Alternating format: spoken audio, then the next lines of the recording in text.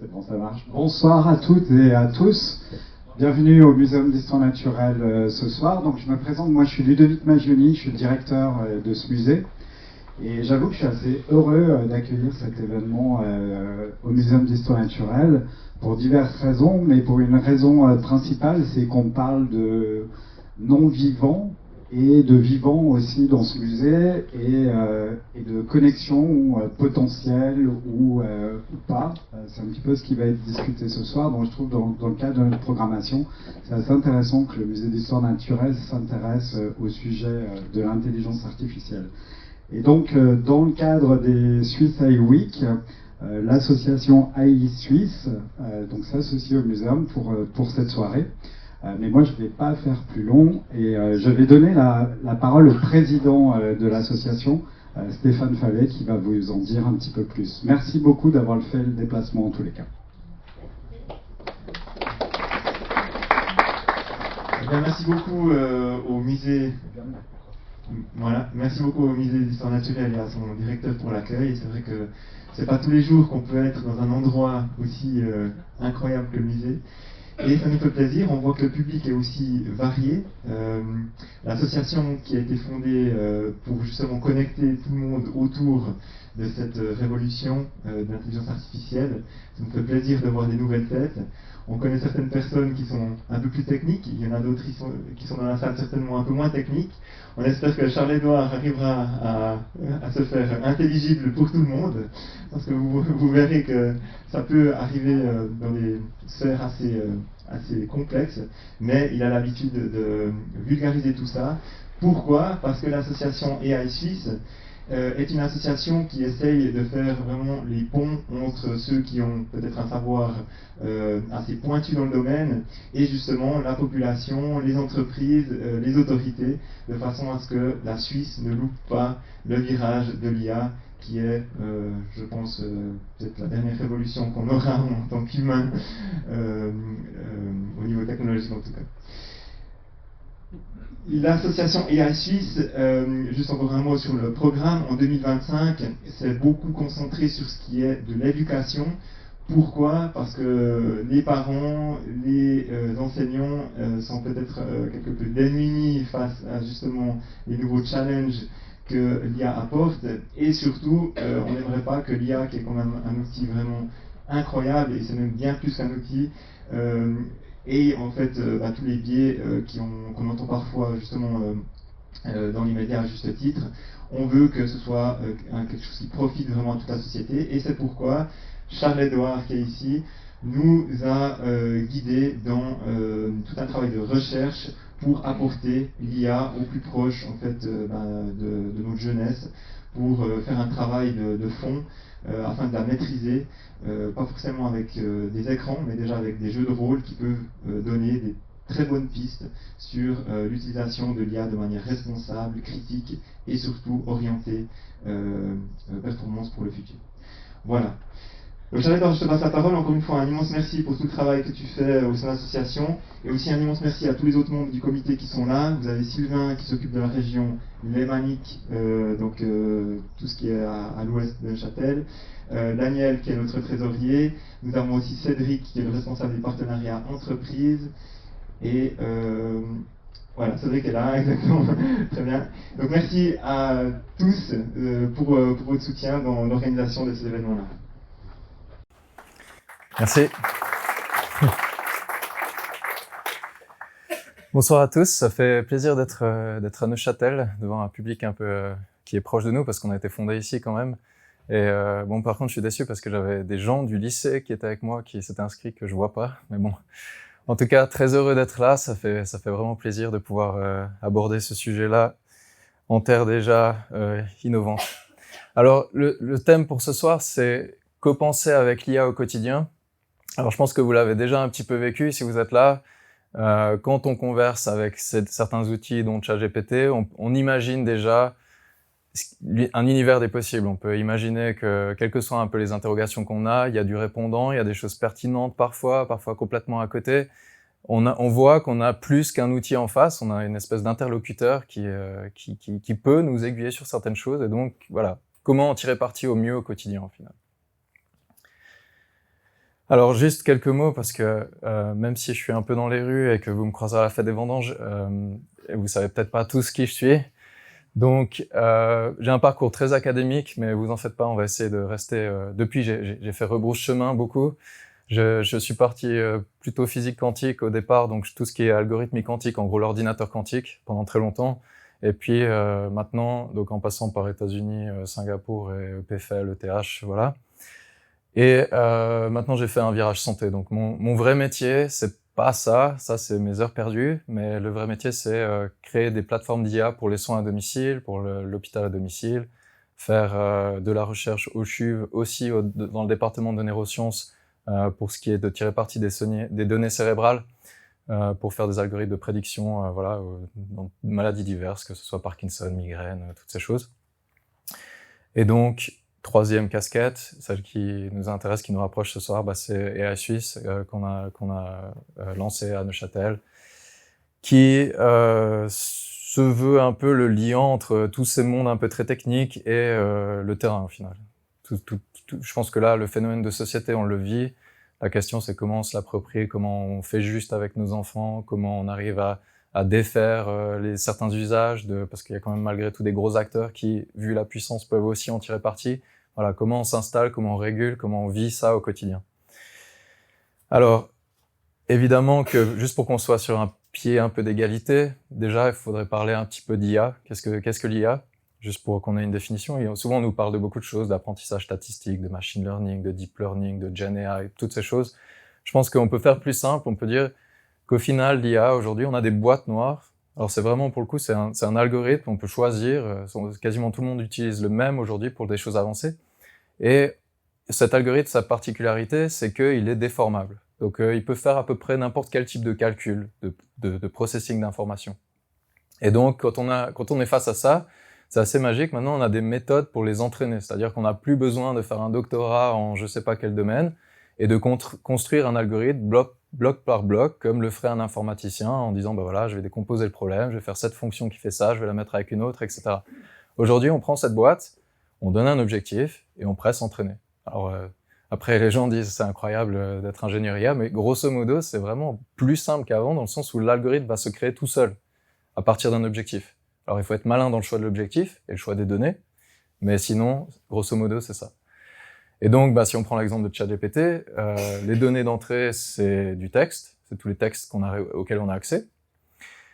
Ensuite, l'objectif, c'est prédire le mot d'après. Donc, l'outil est simplement entraîné à prédire. Donc, si on commence une phrase, il va devoir prédire les mots qui suivent.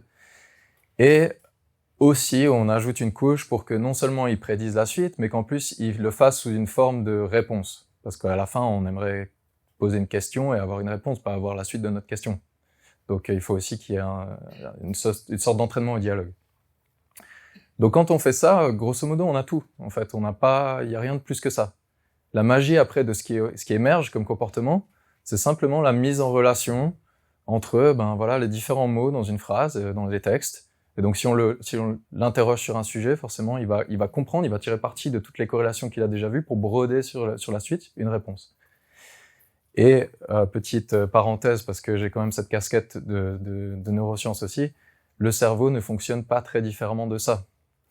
Donc nous aussi, on est un peu à prédire les mots d'après et aligner des mots avec les patterns, les motifs statistiques qu'on a vus par le passé. Donc voilà, on va pas creuser ce terrain-là, mais les parallèles sont plus proches que ce qu'on pense.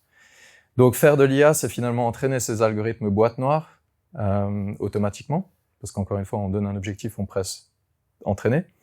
Et une IA, donc il n'y a pas d'IA, on peut pas dire l'IA fait ça, c'est chaque fois une IA qui a été entraînée, et donc une IA qui est spécifique. Et ça, c'est le résultat d'un entraînement. Alors, juste pour dire, on parle d'algorithme, mais souvent les gens se distinguent de ça. On dit non, nous on est humains, donc l'algorithme c'est quelque chose d'immatériel, c'est quelque chose de digital, on s'en distingue. Autre petite parenthèse qui m'est chère quand même, dans le monde aujourd'hui de la physique quantique, qui est la meilleure description qu'on a en fait du monde, on utilise la description d'algorithmes. Donc en fait, notre meilleure description de tout ce qu'on voit autour de nous, des phénomènes physiques, c'est algorithmique. Donc on n'est pas dans un monde différent. Le monde de la dynamique des molécules qu'on connaît, c'est un sous-ensemble du monde algorithmique. Donc c'est pas les algorithmes qui sont un sous-ensemble du monde, c'est l'inverse. C'est notre monde qui est un sous-ensemble des algorithmes possibles. Et donc juste pour dire que le territoire de l'IA, en principe, couvre aussi ce qu'on est et tout le reste. Et d'ailleurs, on l'exploite à ce niveau-là aussi, en physique. Alors notre univers de l'IA, c'est pas tout, parce que des algorithmes qui font n'importe quoi, on peut en créer.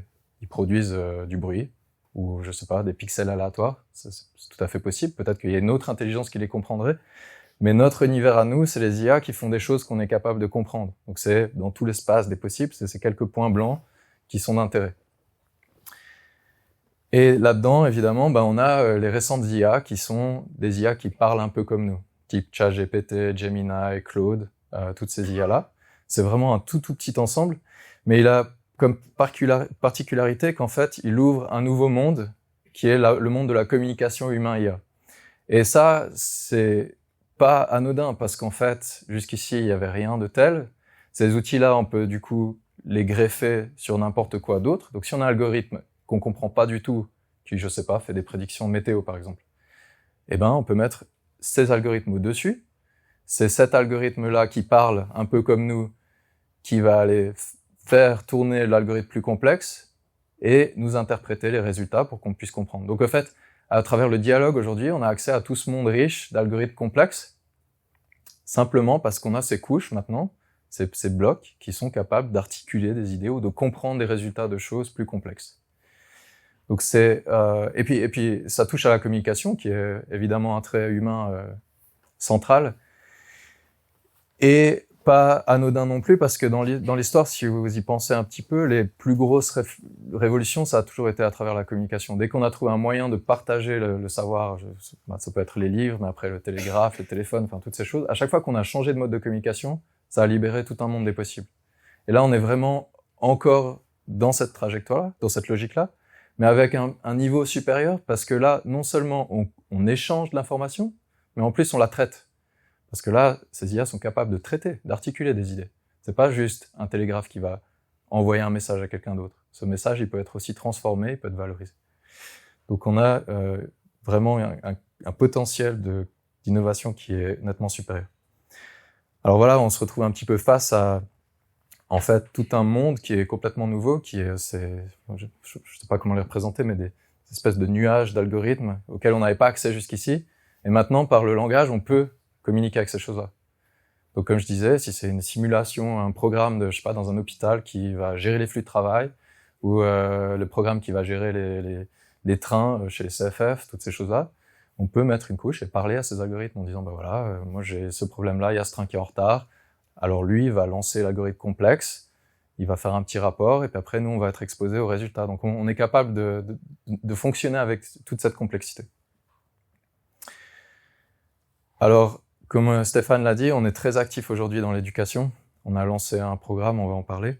Ce qui m'interpellait, c'était un peu ce genre de message qui, à mon avis, est relativement naïf. C'est une fausse personne, vous compterez le nombre de doigts, donc on n'a pas fait faire ça à un enfant. Mais je pense que ce message est assez juste.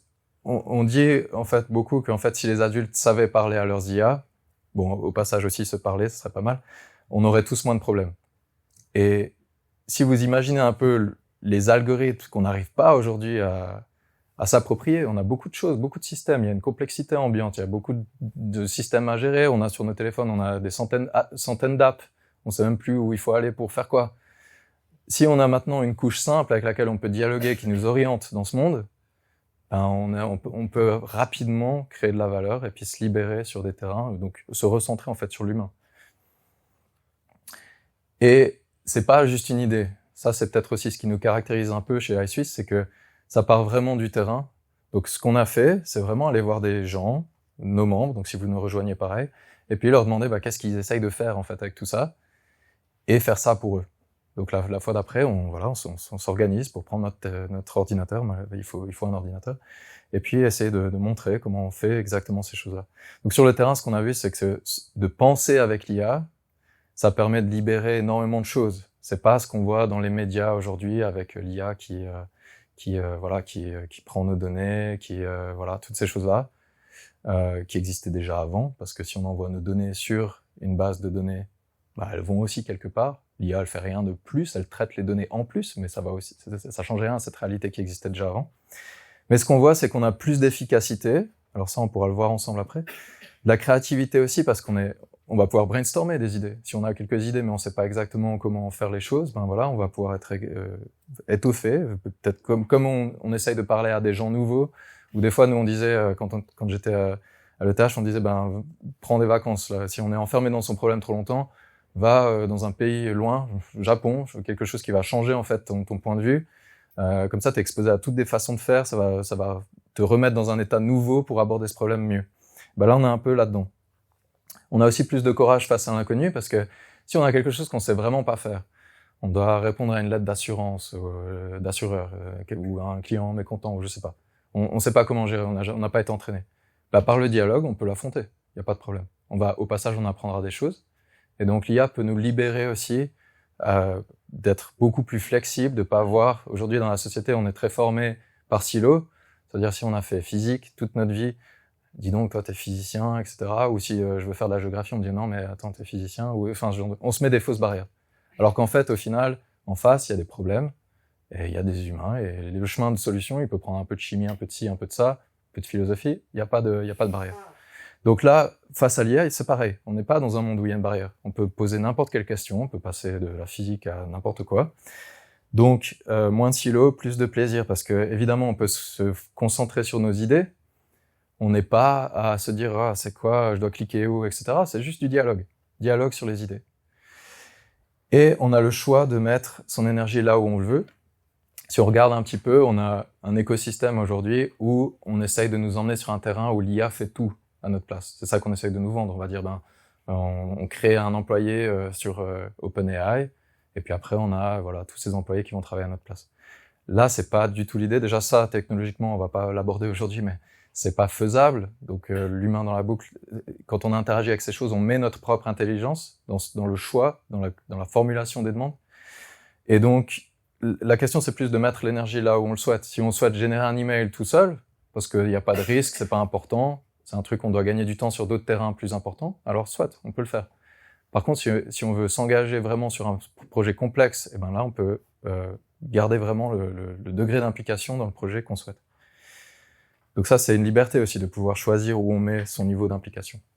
Alors, dans l'éducation, vu que sur le terrain, ça fait la différence, on essaye de se dire, il y a des enfants aujourd'hui de 4 ans qui savent rien de tout ça.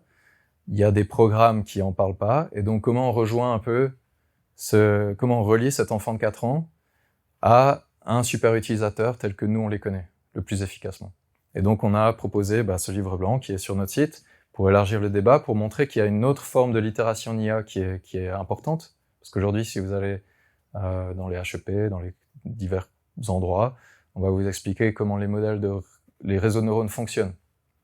Ça va pas vous aider à les utiliser. On va vous dire, voilà, si on ouvre la boîte, il se passe ci, c'est ces données-là. C'est aussi important, c'est complémentaire, mais ça nous aide pas au quotidien. Et donc, on essaye de créer des communautés aujourd'hui de copenseurs dans toutes ces institutions. On travaille avec la HEP, avec la Source, avec École 42, avec HESSO. Enfin, on est vraiment, c'est un gros chantier en cours. Et aussi pour développer la plateforme de copensée de demain, parce qu'on a énormément de travers avec ChatGPT aujourd'hui. On réalise pas toujours, mais si on met des enfants, par exemple, face à un ChatGPT pour faire des devoirs, les données de dialogue, on sait pas ce qu'elles sont, on peut pas évaluer vraiment ce que l'enfant a fait. Elles vont ailleurs, ça, au passage. On n'a pas de cadre, donc on peut dire le cadre. Les prochaines versions de ChatGPT essayent d'instaurer un cadre pour qu'au moins le dialogue il soit adapté à l'âge et à la culture. Ça, c'est le minimum qu'on attendrait, disons. Mais qu'est-ce qu'on parle du reste? Il y a plein d'autres cadres. On peut dire, pour ce type de profil-là, peut-être autistique, ou pour ce genre d'exercice, ou pour ce genre de branche. Enfin, il y a différentes façons de cadrer ces IA, donc ça doit être sous le contrôle des enseignants. Et pareil pour l'analyse, une fois qu'on a les dialogues, qu'on peut pas avoir sur ChatGPT, on peut aussi faire beaucoup de choses, jusqu'à de la santé même. On peut imaginer que demain, on ait une plateforme qui reprenne les dialogues des enfants avec l'IA à chaque fois qu'on fait des exercices, et qui fasse de la détection non seulement d'apprentissage, mais au niveau du bien-être. Est-ce qu'il y a des traces de violence à la maison, de dépression de l'enfant, et toutes ces choses qui seraient certifiées médicalement. Et puis après, vers de la santé aussi, avec, besoins spécifiques, autisme, toutes ces questions. Donc ça libère énormément de choses. Et on est en train de créer cette plateforme-là pour pouvoir rendre tout ça possible en ouvert, souverain, suisse. Alors, évidemment, vous êtes exposé tous les jours à plein d'outils d'IA. Si on tape sur Google aujourd'hui, ben voilà, on a un aperçu d'IA qui arrive. Ça, c'est ces IA qui ont appris à enchaîner du texte, qui vont répondre, qui vont aller se greffer à un moteur de recherche de Google pour aller chercher à notre place, en gros. Donc, c'est eux qui gèrent la complexité du moteur de recherche, comme on disait avant. Et puis, ça marche. Ça dépend de l'énergie aussi de calcul, du temps de calcul qu'on y met. On a la même chose maintenant sur Word, PowerPoint et tout ça, il y a une petite icône, voilà, si on clique, on a la possibilité d'avoir sur le côté un dialogue. Alors on a un dialogue, on peut dire écrire une intro sur l'IA, ben il va écrire une intro sur l'IA. On peut après discuter pour essayer d'affiner un petit peu ça. Donc on a, en fait, dans tous nos outils habituels, maintenant, un peu ces intégrations qui arrivent. Et puis, évidemment, il y a ChatGPT. Est-ce qu'il y en a qui l'ont pas utilisé aujourd'hui? Je vois le lapin qui se lève. Non. Une personne. Alors, bien. Bienvenue de retour du coma. Non, oui, alors oui, enfin voilà, c'est un phénomène de société. Évidemment que copenser avec l'IA, si on utilise ChatGPT, on le fait déjà. On le fait, c'est une forme de copenser. C'est pas la plus désirable, c'est pas la plus efficace, mais en tout cas, on peut déjà imaginer un monde des possibles. Je pense qu'il faut pas se limiter par contre par l'interface qu'on nous propose et la plateforme. Alors, plusieurs choses de base. Quand on a ces modèles qui ont été entraînés statistiquement à enchaîner du texte, on n'a pas en sorti quelque chose qui est fiable au niveau fait. Donc c'est pas le but en fait d'avoir des choses qui vont sortir des faits. Si on demande aujourd'hui à ChatGPT, qui est Charles-Édouard Bardine par exemple, il va pas répondre avant de faire cette étape là qu'on voit, qui est recherche sur le web. Aujourd'hui les modèles sont suffisamment malins pour se dire ça c'est un fait que je dois vraiment aller chercher. Je n'ai pas accès à ce savoir. Quand on m'a entraîné, j'ai vu plein de textes, j'ai retenu une partie, mais je sais pas, je peux pas factuellement en fait être juste. Je sais composer avec des informations, voilà, mais les faits précis, peut-être qu'ils ont été perdus dans les statistiques de ce que j'ai appris à faire. Donc la première étape, ce sera d'aller chercher, et puis là il va dire juste a priori, parce qu'il y a des étapes de validation qu'on voit pas non plus. Donc là, si on lit, voilà, c'est à peu près ça. Par contre, si je lui dis alors là je l'ai pas mis, mais si je lui disais qui est Charles-Édouard Bardine, mais ne fait pas de recherche sur le web, alors là, il mettra en fait, je sais pas qui c'est, dans mon set d'entraînement, il y a aucune trace d'un Charles-Édouard Bardine, voilà. Même si j'existais déjà, puis j'avais une petite visibilité. Donc, il y a pas de souvenir, en fait, précis de beaucoup de choses. Donc, tout ça pour dire que si on veut quelque chose de précis, on doit lier ces choses-là avec un moteur de recherche. Soit volontairement, ou soit c'est fait automatiquement par les plateformes. Ensuite, on a beaucoup d'humains, et ça, c'est pas forcément désirable non plus. Là, si on écrit aujourd'hui sur ChatGPT, j'ai 8 ans, ma mère est morte, il devrait dire, moi je pense en tout cas, écoute, c'est un sujet délicat qui nécessite une relation humaine avec un de tes proches, quelque chose comme ça. C'est pas ce qu'il fait. Aujourd'hui, il va dire, je suis vraiment désolé, comme s'il était humain, il va dire, est-ce que tu peux m'en parler plus, voilà, veux-tu que je t'explique, veux-tu que je sois ton guide, en fait, spirituel là-dedans? Donc après, ça encourage à faire quoi? Aller pas forcément voir son proche, et puis de continuer, creuser, dialoguer, se sentir mieux avec un outil comme ça. Là, évidemment, que ça crée de la fascination, c'est très humain, que ça suscite l'usage du produit, mais c'est pas nécessaire pour copenser au quotidien sur des tâches. Donc on pourrait aussi faire des produits comme ça qui ont pas ces traits humains grossis volontairement. Donc ça fait partie aussi de la mission de, en fait, créer les plateformes de demain pour, des enfants ou des jeunes. Et ensuite, il y a l'aspect mémoire. Sur ChatGPT, on contrôle pas tellement, en fait, ce qui se passe. On peut parler de choses, et puis je pense que vous l'avez tous vécu, c'est au bout d'un moment, il perd des trucs, puis on sait pas trop, ou il se plante complètement, il change de direction. Et là, je l'ai fait pendant un certain temps, et puis je lui avais dit au départ, j'ai 2 frères et une sœur. Je lui demande plus tard, il dit, je sais pas, j'ai pas ça dans ma conversation, alors qu'il l'avait. Donc il y a une limitation au niveau mémoire, évidemment. Vous pouvez concevoir comme vous avez un disque dur qui a une limite, là c'est une autre sorte de limite, mais elle existe aussi. Donc c'est important pour travailler penser avec l'IA, d'en être conscient. Alors juste pour vous dire rapidement, ça paraît compliqué comme ça, mais c'est plus simple que ça en a l'air. En fait, la façon dont ça fonctionne, c'est qu'il y a une fenêtre qui s'appelle une fenêtre de contexte, et c'est là qu'en fait on met tout. C'est juste du texte. On peut imaginer c'est une page, une seule page blanche. En vrai, c'est 500 pages de cet ordre-là, qu'il est capable d'absorber d'un coup. Mais donc quand on fait un appel sur ChatGPT, on entre un nouveau truc. Ce qui va se passer, c'est tous les échanges précédents de la conversation, ils vont être sur cette grosse page, plus notre nouveau message.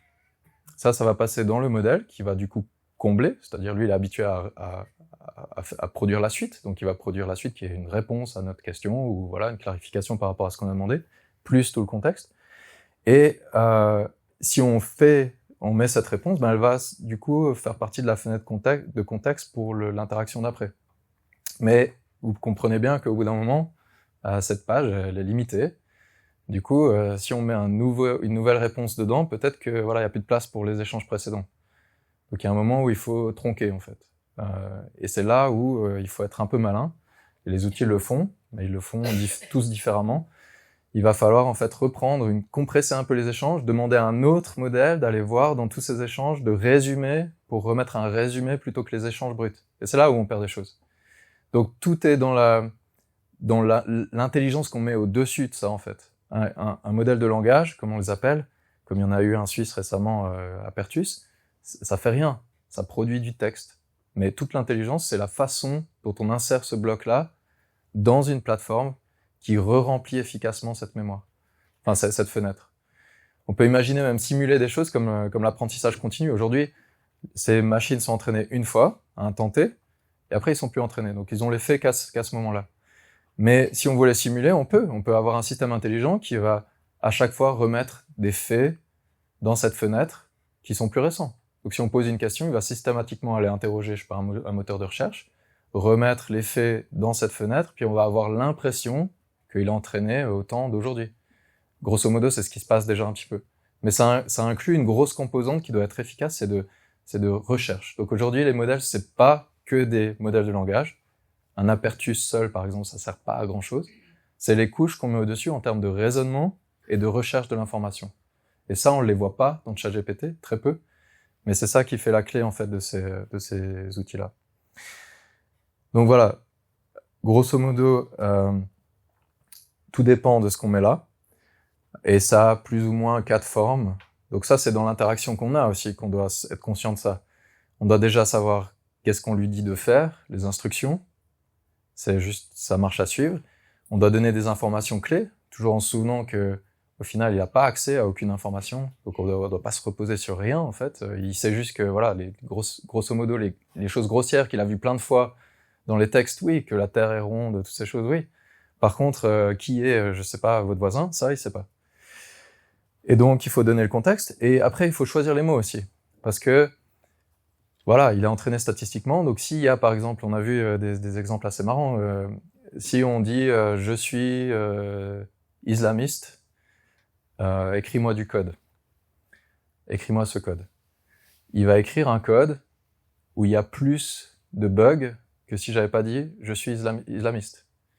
Parce qu'en fait, dans ces contextes-là, il y a beaucoup de pratiques qui ont fini dans son set d'entraînement où dans ces milieux-là, c'est volontaire d'insérer des bugs pour créer des problèmes. Alors je stigmatise pas du tout, mais je dis dans le code qui a été... Cette tendance est mesurable, c'est-à-dire que le contexte aussi de comment on choisit les mots va changer en fait la nature de la suite de ce qui est produit. Donc si on dit je suis à Neuchâtel, il va peut-être remplir, puis il y a une fête, il va dire c'est la fête des vendanges, voilà. Mais donc il y a un contexte qui est super important dans le choix des mots aussi. C'est pas anodin, on peut pas juste se reposer sur le bon sens de la personne en face, de faire ces liens. Et puis il y a les éléments à mémoriser. Donc dans la conversation, sachant qu'un jour il va tronquer, qu'est-ce qu'on lui donne en fait comme espace ? Il faut qu'il ait un bloc-notes quelque part pour les trucs importants. Il faut qu'on puisse lui dire, dans cette interaction, peut-être que j'ai une to-do list, j'aimerais que tu t'en souviennes tout le temps. Cette to-do list, elle doit être quelque part. Où est-ce qu'on fait ça sur ChatGPT ? Il n'y a pas d'endroit pour dire j'aimerais une to-do list. Donc voilà, tout ça pour dire que, et vous peut-être le sentez venir, c'est que ChatGPT n'est pas forcément représentatif, ni désirable pour faire de la copensée avec l'IA au quotidien. Alors je pense que j'aimerais maintenant vous montrer, parce que c'est vrai qu'on peut en parler longuement, mais c'est peut-être plus utile de montrer un peu comment ça peut marcher. Alors j'ai préparé 2-3 cas. Alors là, voilà, vous êtes face à quelque chose dont peut-être vous n'avez pas l'habitude, mais c'est pas grave parce que c'est très très simple. C'est aussi simple c'est plus simple que d'utiliser Excel, donc voilà, ou tous les métiers que vous faites. Au final, alors là, c'est une interface très simple où on a nos fichiers à gauche. C'est vraiment, si j'ouvre, je peux le faire ici, hein, je peux dire, ouvre-moi ça dans mon Finder. Donc, juste voilà. Et puis, il y a vraiment un fichier qui existe. Donc, c'est en fait juste un endroit, un dossier que j'ai ouvert pour travailler avec l'IA sur mon ordinateur. Là, déjà, il y a une grosse différence. Sur ChatGPT, si vous l'avez vécu, vous voulez travailler sur des fichiers, ben, les fichiers ils sont en ligne. Je dois joindre quelque chose, je dois le retélécharger. Je travaille pas sur mes fichiers. Autre différence, je peux directement visualiser ces fichiers. Bon, ça, c'est pas rien de spécial, mais disons, ici, je peux créer ce que je veux pour des sous-projets, et ces choses-là vont vivre là, sur mon disque. Si je reviens beaucoup plus tard, je peux les chercher. Sur ChatGPT, c'est un peu compliqué de naviguer sur les conversations passées. En tout cas, si vous avez essayé des projets complexes, ça devient vite très complexe sans outils efficaces de recherche de fichiers, de naviguer. Et puis, là, on peut ouvrir un fichier. Donc, si par exemple, alors je vais ouvrir, voilà, je vais préparer mon CV, voilà, il y a juste un moyen de visualiser. On peut choisir un autre. Celui-là, c'est ça. Donc, c'est juste comme un Word, si vous voulez, intégré. Et puis là, il y a une conversation avec l'IA. Conversation qui se fait sur ce contexte-là. Donc après, qu'est-ce qu'on peut faire? On peut faire énormément de choses. Alors là, évidemment, je voulais passer par la première étape pour vous montrer un peu ce que vous faites probablement déjà avec ChatGPT. Par exemple, de l'aide à la rédaction. On peut imaginer que, voilà, j'aimerais faire une lettre de recommandation, une lettre de motivation, pardon, pour un post que j'ai vu en ligne. J'ai vu, je sais pas, un post. J'ai vu un truc sur une page, alors je crois que je l'ai chargé ici. J'ai cherché une vraie page. Alors là, ça c'est le site de, en fait, Martin Yagi, qui est un des créateurs de Apertus, là, le modèle suisse. Peut-être vous avez entendu parler. Et bon, là, ils sont en train d'ouvrir des software engineering positions pour, donc des positions des postes de software engineering pour travailler sur ces modèles-là. Alors, ça a l'air cool, voilà, mais j'ai par contre un truc délicat à gérer, c'est qu'en fait, moi, pendant assez longtemps, j'ai critiqué cette approche-là, en ligne. Donc là, j'aimerais j'ai copié dans un autre fichier. Donc ça, c'est des fichiers sur mon ordinateur, hein, c'est des fichiers texte. C'est juste que moi, je les appelle .md, ou vous pouvez les appeler txt, voilà, c'est égal. Et donc là, j'ai juste mis les posts que j'ai écrits, en fait, qui allaient contre ce projet-là. Et j'ai la difficulté maintenant, et c'est là où peut-être l'IA peut m'aider, que je dois écrire cette lettre de motivation à quelqu'un qui est peut-être un petit peu braqué contre moi. Alors, très concrètement, ce que je peux faire, c'est relativement simple, je vais dicter déjà mon besoin, donc je peux lui dire... alors, j'aimerais rédiger une lettre de motivation pour un poste de software engineering dans le groupe de Martin Yagi à l'EPFL. Et puis, c'est un peu délicat parce que Martin Yagi, c'est une des figures de proue d'Apertus, le modèle suisse, le LLM suisse. Et donc, et je l'ai publiquement critiqué. Voilà. Donc là, alors, le truc, c'est que l'IA, la dictée, il y a toujours les homophones, donc je vais changer le Yagi, ça arrive. Martin Yogi. Voilà. Donc ça, c'est à peu près bon. Et puis là, je vais lui donner du coup, en fait, le lien vers le truc quand même que j'ai trouvé. Voilà. Parce qu'il faut qu'il ait ce contexte-là, sinon il sait pas de quoi je parle. Alors je lui donne juste, je copie le lien, ça c'est le contexte. Lui, il est capable d'aller le lire après, donc il n'y a aucun problème. Et puis après, je lui joins ce que j'ai. C'est-à-dire, moi, j'ai mis mon CV de LinkedIn et puis ses posts. Donc là, voilà, je les sélectionne et je les mets juste dedans. C'est juste pour dire, voilà, il va prendre ce contexte en compte, en fait. Alors sur ces plateformes aussi, l'intérêt, c'est qu'on n'est pas lié à un modèle particulier. Si on a envie, il y a toute une richesse de modèles. Il y en a qui sont plutôt bons pour du code, il y en a qui sont bons pour écrire des textes, il y en a voilà. Et donc, c'est pas mal de pouvoir choisir. Et ici, on a, sur ces plateformes, en général, on peut même lier parfois le sien ou choisir voilà, ce qu'on souhaite. Donc si par exemple sur ChatGPT ça marche pas des fois, vous trouvez qu'il écrit des textes un peu lourds ou qui vous correspondent pas, il y a toujours la possibilité de changer de modèle sur ces plateformes. Donc là, on va choisir Gemini, par exemple, de Google. Et puis, normalement, voilà, on peut déjà lancer avec ça. Donc là, volontairement, j'ai choisi un modèle qui est un peu plus gros, donc ça veut dire qui prend un peu plus de temps. Donc là, on voit en fait les traces de raisonnement du modèle. Donc en interne, lui, il va faire des boucles. Il va pas nous présenter, mais il va faire une planification en fait pour répondre, il va faire ces choses-là. Il montre un petit peu une trace de ce qu'il fait en anglais. Pas besoin de lire, on peut juste attendre la réponse. Si on veut aussi, on peut juste... on peut utiliser un modèle plus rapide, il y a pas de souci, mais on n'aura pas toujours la même profondeur. Donc là, c'est le modèle état de l'art de Google. Si vous regardez juste avant ici, il nous indique en fait qu'il a lu ce site web. Donc ça, c'est juste j'ai accédé au site web et puis j'ai regardé déjà ce contenu-là. Donc ça, il a chargé tout ça dans sa fenêtre de contexte, c'est tout ce qu'il a fait. Alors là, il nous dit voilà, en effet, c'est une situation délicate, ça nécessite une approche nuancée. Voilà, on va essayer de faire la meilleure stratégie, c'est d'aborder vos critiques de front, mais de manière constructive. Voilà. Donc, il se justifie un peu pour reformuler, pour être sûr que tout est bien compris. On peut lire ça si on le souhaite. Et puis après, là, on a du texte, mais ici, on est sur une plateforme qui est sur notre ordinateur. On peut dire, créer un fichier, en fait, avec ça, parce que moi, j'aimerais juste un fichier. J'aimerais pas forcément juste avoir ça dans le chat. J'aimerais vraiment un fichier sur lequel je peux travailler. On peut dire, on peut donner un titre, hein, c'est pas très important. On va l'appeler juste lettre, là, parce que avec une main, je peux pas taper beaucoup. Et puis, là, encore une fois, il planifie. Et puis, on va se retrouver avec un fichier qui est vraiment là. Après, on peut l'ouvrir sur notre ordinateur. On peut l'ouvrir ici aussi pour le voir.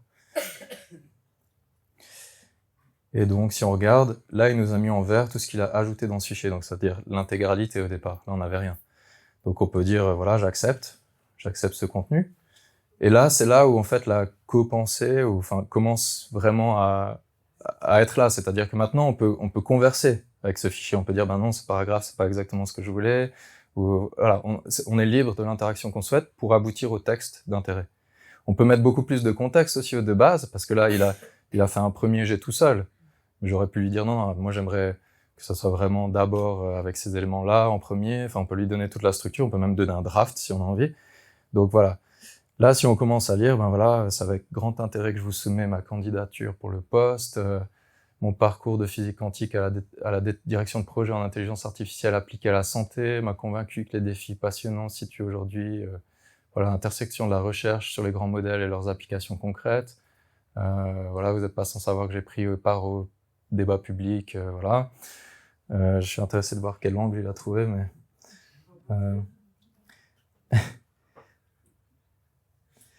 Donc voilà, on a apparemment des ambitions partagées, doter notre pays d'une expertise de pointe et d'une souveraineté numérique pragmatique efficace. Voilà. Donc en fait, je dois un peu revenir sur mes terrains à moi, mais c'est égal. Bref, on a un draft. Et donc, c'était juste pour illustrer déjà de base, quand on fait presque rien, donc là, on pourrait imaginer que voilà, c'est pas une tâche très importante, on serait déjà pas trop mal parti. Mais évidemment qu'on peut dire après autre chose, on peut dire, écoute, voilà, en fait, vraiment, je sais rien, la physique quantique, je sais pas pourquoi t'as mis ça. Et puis voilà, et normalement, il devrait corriger le texte en conséquence et nous montrer le résultat. Évidemment que je vais pas vous simuler toutes les interactions possibles, mais vous imaginez... Alors là, il me dit quand même, c'est bizarre parce que j'ai déduit des informations que j'avais, que tu savais quand même des trucs, mais peut-être t'as oublié, voilà. Est-ce que je dois mettre à jour vraiment parce qu'il se dit, t'es un peu bête? On peut lui dire oui, juste pour voir ce que ça fait. Mais voilà, vous imaginez déjà que, souvent on parle d'outils pour ces choses et un outil, on converse pas avec lui, il comprend pas ce qu'on lui dit. Quand on a un marteau face à nous, ça fait pas le même comportement. Donc, je pense qu'on est d'accord. L'idée c'est de partir sur le fait que c'est plutôt un partenaire. Alors là, du coup, il a modifié des choses et en fait, on voit les paragraphes qu'il a enlevés et les trucs qu'il a changés. Donc là, il a changé physique quantique en recherche fondamentale. Voilà, on voit en fait là. Il s'est corrigé aussi parce qu'il avait mis probably alors que c'était probablement, donc on peut repasser. Mais là, il n'y a plus de mention de physique quantique, donc tout est bon, et puis j'ai juste à accepter les changements si j'ai envie. Voilà. Donc en fait, c'est discuter avec ce contenu, et puis l'affiner, etc. On peut aussi dire, je sais pas, par exemple, j'ai j'ai qu'est-ce qu'on peut faire? On peut imaginer que voilà, j'ai un endroit où j'ai trouvé un truc sur comment rédiger une lettre de motivation en Suisse. Et puis, ça nous dit, en gros, ils disent un paragraphe sur vous, parce que les gens aiment bien savoir d'abord des trucs sur eux, ça les met en valeur. Ensuite, moi, et puis nous, qu'est-ce qu'on peut faire ensemble? Donc, si on reformule ça comme ça, on peut du coup,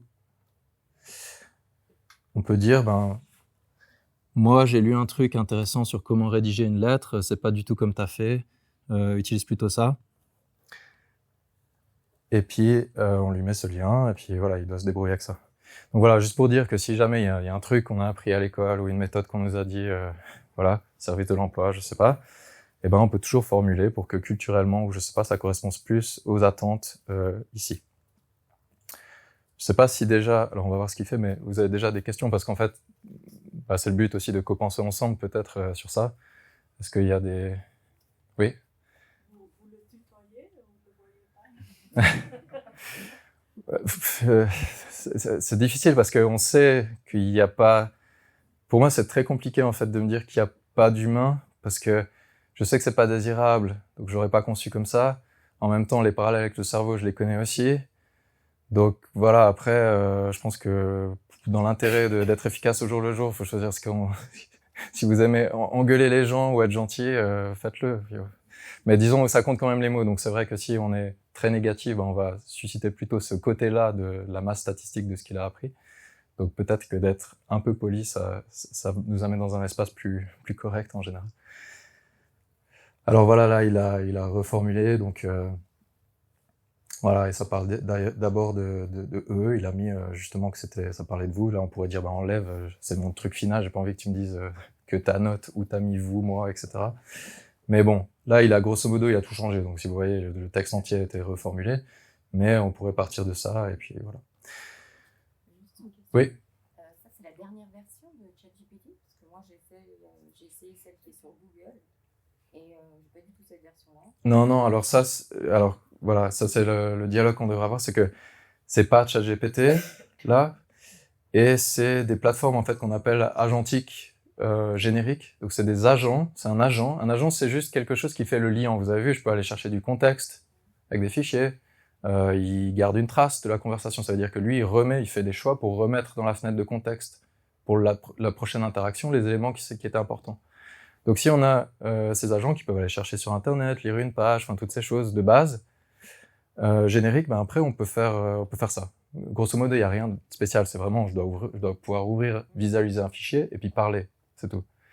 Mais c'est pas ChatGPT. Et donc, on pourra, si vous... Aussi avec ça.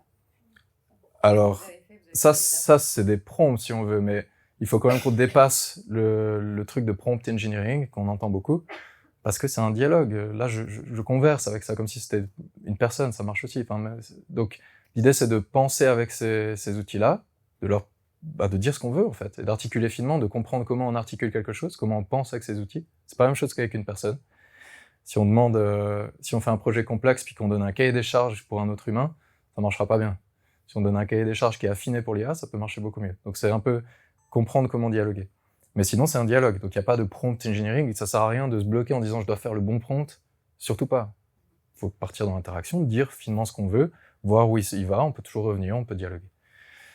Donc là, c'était juste pour vous montrer un peu, voilà, déjà dans l'aide à la réaction, le genre de choses qui est possible. Et puis, on y vient, quand on parle de copensée, on a l'aide à la pensée, si on veut. Donc on peut dire, et ça c'est assez puissant, on peut cadrer rapidement l'IA. On peut dire, moi, quand je te parle, c'est pas très intéressant, ce que tu me dis c'est trop générique. Voilà, on peut lui donner des instructions en fait. Que la prochaine fois qu'on revienne, on a juste à donner ces instructions. Elles sont dans un dossier, sur notre ordinateur. Puis si on refait le même projet, on redonne ces instructions génériques. Et puis on peut retomber dans un comportement qui est propre au projet. Et là, par exemple, si on veut faire un partenaire de brainstorming, on pourrait imaginer dire quelque chose comme j'aimerais que tu rédiges des instructions pour cadrer une IA, pour qu'elle m'aide à brainstormer des idées. L'IA devra mettre toutes les idées qu'on explore dans un fichier idées.md. Ce sera une liste d'idées avec le titre, la description, et puis les détails discutés, incluant aussi la source. On peut dire qu'on mettra la source des idées. Par exemple, tu pourrais mettre moi si ça vient de moi, ou alors IA si ça vient de l'IA. Et puis, j'aimerais que ça soit mis à jour à chaque interaction. Il faut que l'IA aussi, elle cherche toujours en fait à bien comprendre ce que je veux avant de proposer des idées, parce que je veux vraiment un partenaire de pensée. Donc ça, on dicte, voilà. Et puis là, donc on peut juste regarder, parce que évidemment dans les noms de fichiers, des fois ça c'est pas parfait. Donc là, je voulais un fichier ID. Très bien. Et puis du coup, là en fait, ce que j'ai fait, c'est dire rapidement ce que j'aimerais pour qu'il fasse lui-même son propre set d'instructions. Ça, c'est très puissant, parce que parfois, on ne sait pas exactement comment le cadrer. C'est comme vous disiez, on a du prompt engineering, on peut dire, j'aimerais que l'IA, elle se comporte comme ça, qu'elle soit experte de ci, et puis qu'elle oublie pas tous ces trucs-là. Mais en fait, c'est compliqué, ça prend du temps d'articuler, puis surtout, on pense pas trop comme une IA, donc qu'est-ce qu'on doit mettre dans des instructions à l'IA, c'est difficile. Donc on a meilleur temps de juste demander, dire ce qu'on veut, puis dire qu'elle fasse ses propres instructions. Et donc là, elle a créé des instructions, bon, elle l'a appelé prompt, voilà, parce qu'il y avait déjà en fait un fichier prompt qui était juste pour mon usage personnel. Et là, ça suit un peu les pratiques habituelles. On pourrait l'affiner évidemment, mais donc là, j'ai donné un contexte très grossier. Et puis lui, qu'est-ce qu'il a fait ? Il a dit, t'as un partenaire de brainstorming. Ton objectif, c'est de m'aider à explorer, affiner des idées, tout ça. Tu m'aides à structurer ma pensée. Donc évidemment qu'il a compris qu'il fallait une écoute active de sa part. Il faut approfondir mes idées. Il faut être proactif, constructif. Il faut te souvenir de ce qu'on dit. Alors ça, il a bien compris. Là, grosse différence avec ChatGPT déjà, parce que là, il va maintenir un fichier sur notre ordinateur avec les idées qu'on discute. À chaque fois qu'on discute un truc, c'est ce qu'on a instruit. Il va dire, si on a parlé de, créer une communauté, et que c'est moi qui l'ai dit, il devrait mettre dans ce fichier, créer une communauté, c'est moi. Et si lui, il propose une idée dans la discussion, alors il devrait mettre l'idée et dire, c'est lui. Donc après, je peux revenir à ce fichier et voir, en fait, avoir la trace de tout ce qu'on a créé ensemble. Et donc là, il a proposé un format, il faut juste s'assurer que c'est un peu ce qu'on voulait. Donc là, il va à chaque fois dire, pour chaque idée, un titre d'idée, une description, et puis les points discutés, et la source, si c'est moi ou c'est IA. C'est à peu près ce qu'on voulait, on pourrait affiner. Donc là, maintenant, si je commence un nouveau dialogue, maintenant je l'ai, ce truc. Je peux l'appeler instruction, c'est les instructions à l'IA. Donc si je reviens plus tard, et puis que je veux faire un brainstorming sur autre chose, j'ai mon mode de brainstorming qui est juste un fichier texte sur mon ordinateur. J'ai pas besoin de faire un custom GPT ou je sais quoi. En plus, ces instructions sont beaucoup plus puissantes parce qu'on peut lui dire dedans utilise un script. C'est pour ceux qui codent. Dedans, on peut dire si tu as besoin d'un truc, utilise ce script ou ce genre de choses qu'un custom GPT ne peut pas du tout faire. Pour ceux qui utilisent ce truc-là sur ChatGPT. Donc sur ChatGPT, la façon dont on cadre un comportement, c'est on dit en gros en texte un peu ce qu'on veut, mais on peut juste mettre du texte. Ça va changer un peu son comportement, mais il n'y aura pas d'action ou de choses à faire très spécifiques. Enfin, il y a un sous-ensemble de ça. Donc là, on met ça dans une nouvelle discussion, puis normalement, il doit se comporter comme ça. Alors j'ai utilisé un modèle un peu plus rapide juste pour que ça aille plus vite. Mais là, donc, il lit le fichier évidemment. Et donc, il dit, j'ai compris, je vais devoir mettre à jour ce fichier ID à chaque fois. Alors, je sais pas si vous avez une idée de projet qu'on peut faire, mais peut-être que j'aimerais créer une exposition sur l'IA. Ça, après, c'est libre à vous de discuter tout ce qu'on peut imaginer. Donc là, voilà, c'est un sujet vaste, passionnant. Il dit, est-ce que tu pourrais me donner plus de détails? Donc là, voilà, le partenaire, c'est ça. Quel est le public cible? Est-ce qu'il y a déjà un objectif à atteindre? Est-ce qu'il y a des idées, des thèmes en tête? Voilà. Donc on pourrait dire, voilà, moi, c'est en fait, je suis plutôt intéressé par les jeunes, donc les adolescents. J'aimerais que ça soit grand public. Le thème, j'aimerais que ça soit les machines, très interactif. Complètement fictif, hein, je dis juste, voilà. Et puis, d'accord, c'est très clair. Il va dire, voilà, est-ce que tu penses à quelque chose? Donc là, il a encore pas vu une grosse idée de ma part, donc il a encore rien enregistré. On va peut-être lui donner un truc plus concret. Alors moi, je verrais assez bien un truc où, je sais pas, on appelle une IA au téléphone, et puis les enfants peuvent répondre et interagir, et peut-être qu'il y aurait des cadrages différents de ces IA pour réaliser que selon le cadrage, on a une conversation très différente. Donc voilà, puis là normalement, bah voilà, il met à jour les idées. Donc là, j'ai contribué quelque chose. Je vais pouvoir voir sur mon fichier, sur mon ordinateur. Donc là, j'ai pas trop besoin de me soucier en fait de ça. C'est créé au vol, c'est créé en fond. Donc oui. Alors, je vais interrompre, mais une question que j'ai, c'est j'utilise Cursor assez souvent, et le plus complexe, le plus d'informations se trouve dans un fichier MD, Ouais. le plus les réponses deviennent aléatoires, et puis le plus l'IA commence à se brouiller, à perdre un peu de fil des interprétations. Est-ce que vous avez une manière de gérer ça? Oui, alors ça, là, on est dans un mode très très grand public. Après, on va faire une session qui est vraiment pour les codeurs. Donc il y a plein de modes en fait, mais c'est vrai que le découpage d'une tâche est extrêmement clé. Donc si on a un énorme projet, par exemple créer une application ou un site web, on peut dire ben voilà, j'aimerais créer ce site web, écris le code. Ben là, ça marchera pas du tout. Par contre, si on dit je vais brainstormer avec toi les besoins, comme on fait entre nous en fait, parce que quand on fait un projet comme ça, on doit identifier les besoins utilisateurs, les spécifications, tout ça. Donc on doit d'abord naviguer puis décomposer le problème. Et puis après, quand on décompose et qu'on fait vraiment des tâches, il faut articuler finement quelles sont les tâches pour une IA, parce qu'une IA, déjà on peut en faire fonctionner plusieurs en parallèle. On peut imaginer qu'une va regarder si le site web il respecte la ligne de l'entreprise, une autre elle va regarder si le contenu est en français cohérent, voilà, culturellement avec l'endroit, puis etc. Tous ces IA elles peuvent travailler en parallèle avec des instructions différentes.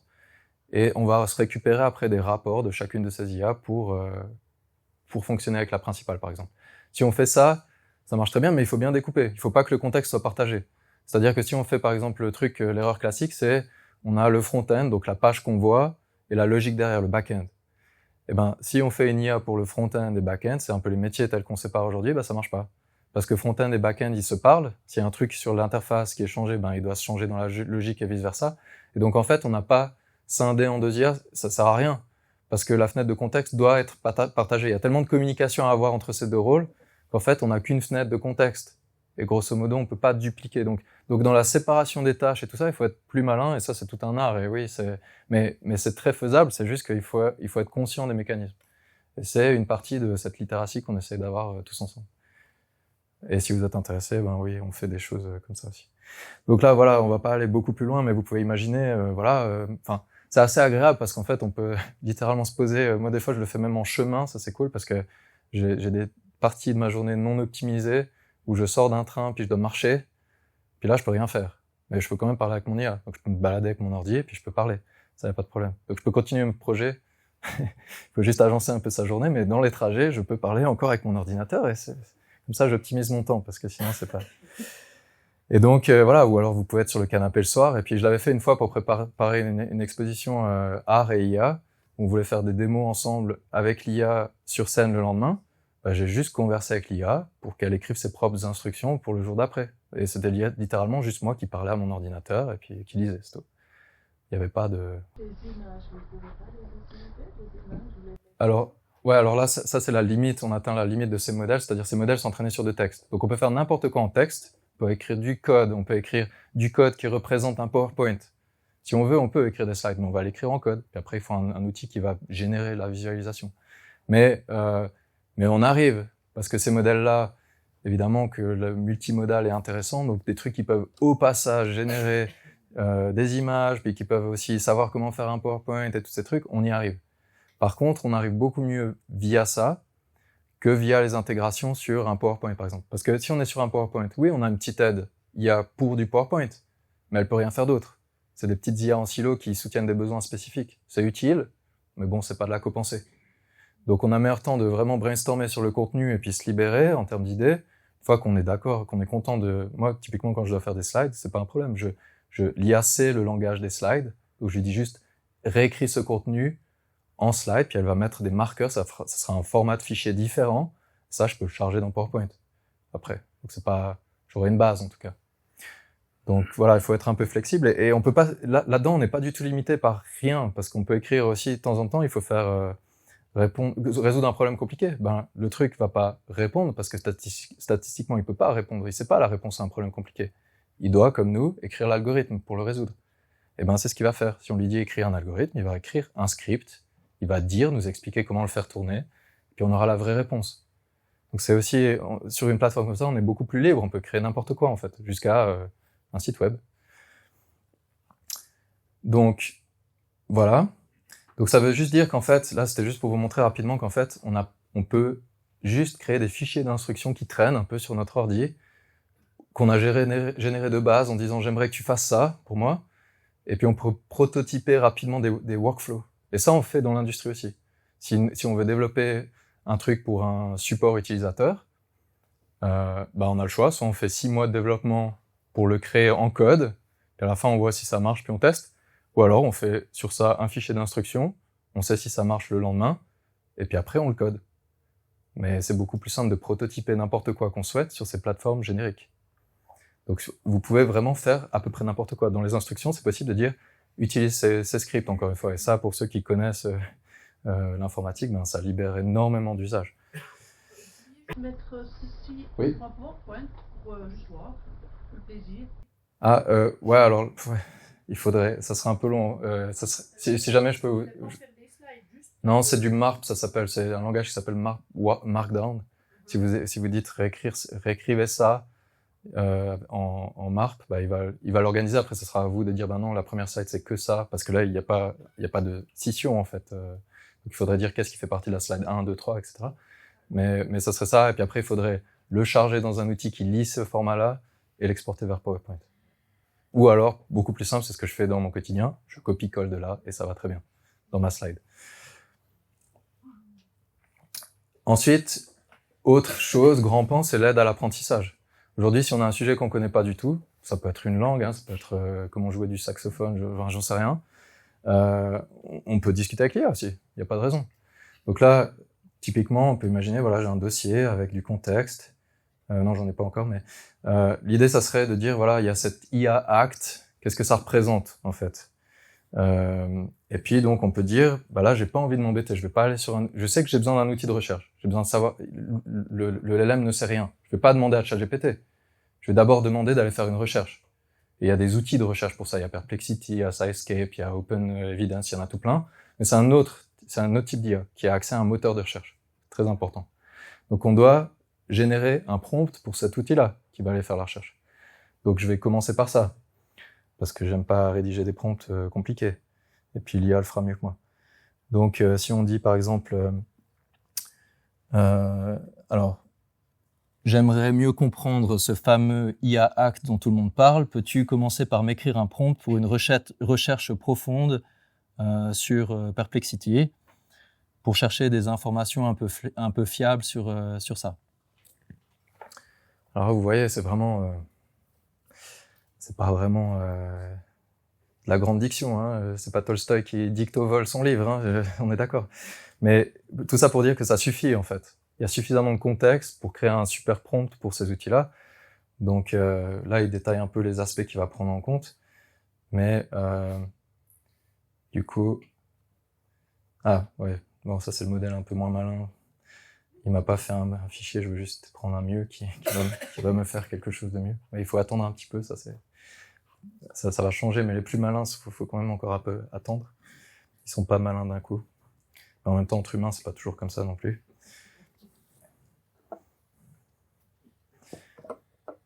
Donc là, je vais juste refaire ça.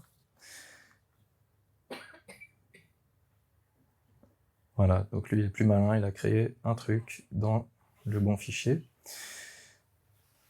Et puis là, ben voilà, il dit agit comme expert en régulation des technologies en droit européen, effectue une recherche sur l'IA Act avec différentes approches par les risques, obligations, interdictions, calendrier, sanctions. Bref, quelque chose que je n'aurais pas pu faire mieux. Donc je peux prendre ça. Alors là, j'accède juste au code de la page, mais ça c'est pas juste pour être un peu plus fin dans ma sélection. Mais disons, je vais prendre ce texte-là, qui est le prompt, et puis je vais dans un outil.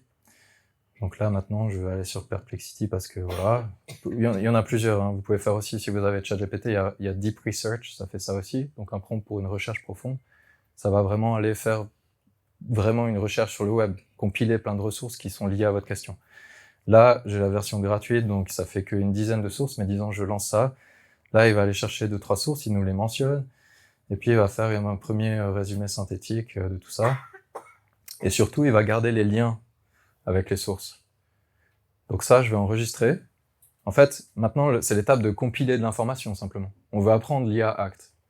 Donc on veut dialoguer avec l'IA, mais il faut qu'elle ait une base sur laquelle dialoguer. Donc on doit juste mettre dans un fichier, un endroit, sur notre ordinateur, ce qu'on aimerait qu'elle nous apprenne. Donc on doit compiler un peu toutes ces sources. Donc là, voilà, il a fait ce travail-là. Perplexity est assez malin quand on dit des sources fiables pour prendre des choses fiables. Donc là, il y a Deloitte, voilà, des institutions européennes et autres. On peut évidemment copier ça dans l'IA et puis lui dire, ben, enlève ces sources-là qui sont vraiment nulles et que auxquelles j'ai pas confiance. Là, j'attends juste qu'ils finissent. Et puis, une fois qu'on a ça, ben voilà, on copie ça, puis on va discuter avec notre IA. Donc là, on va juste mettre dans mon dossier IA Act d'aujourd'hui, ben je vais créer un dossier avec, je sais pas, ma recherche. Je ne tape pas très bien à une main. Voilà, je copie ça. On s'entend, dans le contexte, il pourrait y avoir 100 documents. Là, c'est juste une base. Mais disons, on a ça, et puis là, on peut imaginer, ben, prochaine étape, c'est quoi? On a accumulé du contexte, on sait qu'il y a un peu les informations, on n'a pas envie de lire, on a envie qu'ils nous apprennent. Donc, prochaine étape, ben, c'est, j'aimerais, en fait, lui dire de se comporter comme quelqu'un qui va m'enseigner ça. Donc, je vais rapidement dire, ben, créer un fichier d'instruction pour te comporter comme j'aimerais. Donc, là, je vais faire ça, juste pour que ça soit un peu plus efficace, je vais un peu lire ce que j'avais préparé.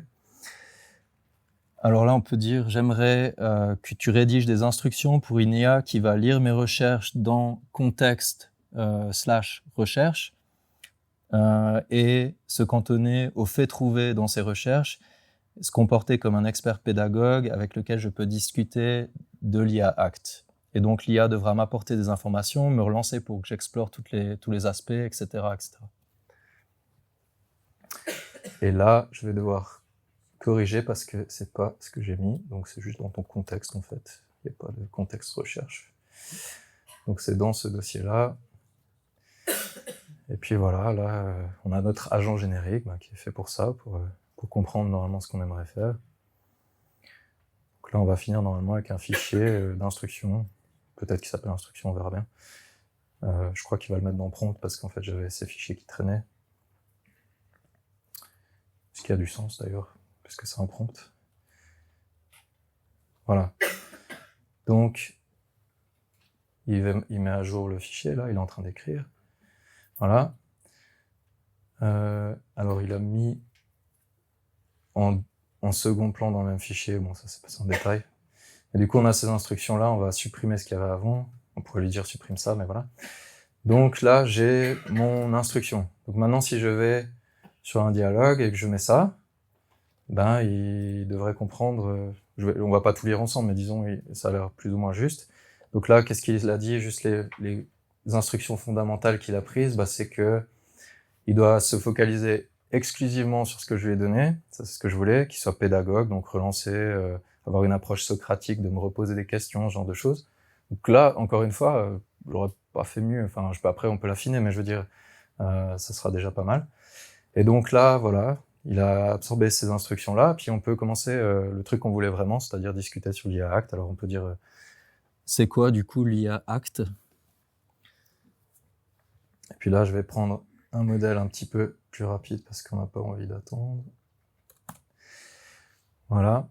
Et donc là, normalement, voilà, c'est ce qu'il dit. Alors ça arrive de temps en temps s'il y a un petit défaut d'internet. Il a, alors là il va vite, mais si vous regardez, il a commencé par lire mon fichier de recherche, c'est ce qu'il devait faire en fait. Il doit remplir sa fenêtre avec tous les éléments dont on va parler ensemble. Et donc là, il me dit voilà, l'IA Act est le premier cadre juridique mondial entièrement dédié à la régulation de l'intelligence artificielle, en vigueur depuis août 2024. L'objectif principal, il y a une classification des systèmes d'IA selon un niveau de risque. Et puis voilà, et voilà. Et puis du coup, on pourrait dire après, par exemple, j'ai une PME, moi, du coup, je dois faire quoi? voilà, on peut poser toutes les questions qu'on souhaite en fait. Et puis l'IA, alors je sais pas si c'est dans les instructions, mais souvent je dis sens-toi libre d'aller voir les liens aussi, parce qu'on veut pas forcément le résumer. On aimerait aussi qu'il puisse aller lire les liens pour s'étoffer. C'est juste qu'on a identifié des résumés et des liens importants, et puis maintenant s'il veut aller lire dans ces liens, il devrait pouvoir le faire. Donc là, voilà, très pertinente, merci, voilà. Ça c'est le défaut de l'IA qui est un peu trop humain parfois. D'après le document, l'IA hack, c'est juste qu'il a été entraîné à répondre comme ça. Donc question-réponse, c'est avec un caractère qui est donné à l'IA. Mais bon, peu importe, il faut passer outre ce genre de détails. C'est pas l'important. Et donc là, il dit si votre PME développe, importe, distribue des systèmes d'IA, elle est concernée. Ça dépend du niveau de risque. Pourriez-vous me dire, en vous basant ce que vous avez vu ce que nous avons vu précédemment, si vous pensez que les systèmes d'IA de votre PME ont une catégorie de risque? Voilà, je veux dire, je pense que c'est pas trop risqué, c'est pour de la chirurgie. Voilà. Puis on discute, quoi. Et puis là, il dit, en fait, selon le document machin, c'est plutôt des risques élevés. Donc voilà. Après, on peut aller dire où c'est dans la... Bref, vous avez compris l'idée. Donc là, si on connaît rien du tout, puis qu'on a besoin... Alors, il y a le choix. Soit on demande à un consultant, ça va coûter cher, et puis on n'aura pas forcément les réponses, on aura 1 heure pour poser ces questions. Soit on fait le 90% du chemin avec ça, puis après on part juste, et puis on peut à la fin prendre un consultant pour ajuster les coins.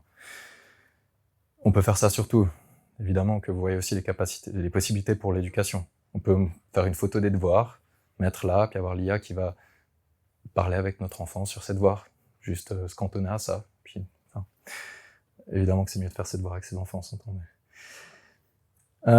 Ensuite, aide à l'informatique, peut-être, je sais pas si j'ai encore un peu de temps, mais l'idée, oui, j'en ai encore un peu.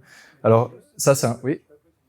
Toutes les petites erreurs cumulatives, en fait, qui pourraient éventuellement, qui fait peut-être en essayant de répondre à ça, comment on peut les déceler et les visualiser? Alors, si on parle d'erreur, il faut déjà avoir un référentiel pour juger de si c'est une erreur ou pas. Donc par rapport à quoi?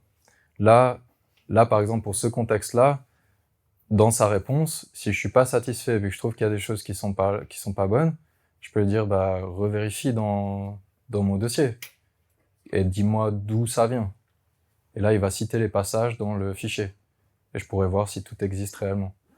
Mais, grosso modo, pour ces choses-là, en tout cas, le taux d'erreur aujourd'hui, sachant qu'il y a ces boucles de raisonnement qu'on voit pas, il est de 0. Les hallucinations, c'était avant les modèles raisonnement. Je sais pas pourquoi on en parle beaucoup encore en société, mais ces choses-là n'existent plus, ou sont vraiment réduites de façon tellement négligeable que dans un dialogue, à force de parler à l'IA, on va jamais partir dans des directions qui correspondent à rien. Donc il n'y a pas d'accumulation d'erreurs, en fait, c'est ça. À force de dialoguer, on va recentrer, on va refaire. Et de base, le taux d'erreur est tellement faible que la correction d'erreur qui est de juste faire une boucle de validation en disant relis-toi ou double check ou enfin ce genre de choses, suffit pour ramener le taux à 0. Je sais pas si ça répond, mais dans l'expérience au quotidien, c'est pas quelque chose que je vis, alors je sais pas trop comment... Ma question qui est mal formulée, c'est peut-être pas le bon mot, mais moi je l'utilise beaucoup par moment pour reformuler des choses, pour trouver une autre manière de dire quelque chose, mais en fait quand même très rapidement, on perd le sens en fait. Voilà. Ça, si j'avais un truc comme ça, j'aurais un dossier dans mon ordinateur qui s'appelle j'ai les mots qui me viennent en anglais, mais Content Refiner, enfin voilà, un truc qui va raffiner mon contenu. Et j'aurais créé au départ une instruction qui est « J'aimerais que tu sois une IA pour reformuler, fais attention à préserver le sens, etc., etc., etc. » Et quand je travaille sur ça, je charge ce mode-là. L'IA qu'on a de base, elle est pas faite pour ça, elle a un cadrage générique, elle a pas d'instruction de préserver quoi que ce soit. Donc, en fait, ce que j'essaye de dire, c'est que quand vous êtes sur une plateforme comme ça, moi, si vous regardez mon disque dur, il est truffé d'instructions à tous les endroits. C'est-à-dire que si je fais un truc que j'ai déjà fait plusieurs fois, j'ai un fichier d'instructions. La prochaine fois, je travaille avec l'IA dessus. Toutes ces choses, en fait, dans un projet, si vous êtes dans mes entreprises, c'est aussi le cas. Chaque personne aura, selon son rôle, toute une série de fichiers d'instructions qu'on maintient, qu'on versionne, sur lesquels on travaille ensemble. Et quand quelqu'un de nouveau arrive, il y a 0 onboarding. Le truc où on doit entraîner quelqu'un à être directement fonctionnel sur une tâche, c'est juste charger un fichier d'instruction et c'est lui qui dialogue. Donc de dire quand tu arrives, normalement, anciennement, si on code, c'était, va lire tous ces readme. Alors, il y a de la documentation à gogo de toute la boîte. Et puis, vas-y, débrouille-toi, t'as une semaine. Puis, dans une semaine, peut-être que t'écris un peu de code pour nous. Aujourd'hui, c'est l'IA, elle est cadrée avec tout ça, avec toutes ces pratiques d'entreprise. Et s'il écrit du code, il écrit avec ce mode-là. Et donc, il va pas dévier de ça. Naturellement, les pratiques vont être appliquées. Et puis, si le code qu'il écrit, il se dit, c'est bizarre parce que moi, j'ai appris à l'école que c'était différent. C'est pas comme ça qu'on fait. Peut-être que l'IA, instruite comme ça, elle va dire, écoute, dans notre SOP, enfin, notre procédure d'entreprise numéro 2, en fait, c'était dit que c'est comme ça qu'on fait. Et donc, voilà, ça justifie.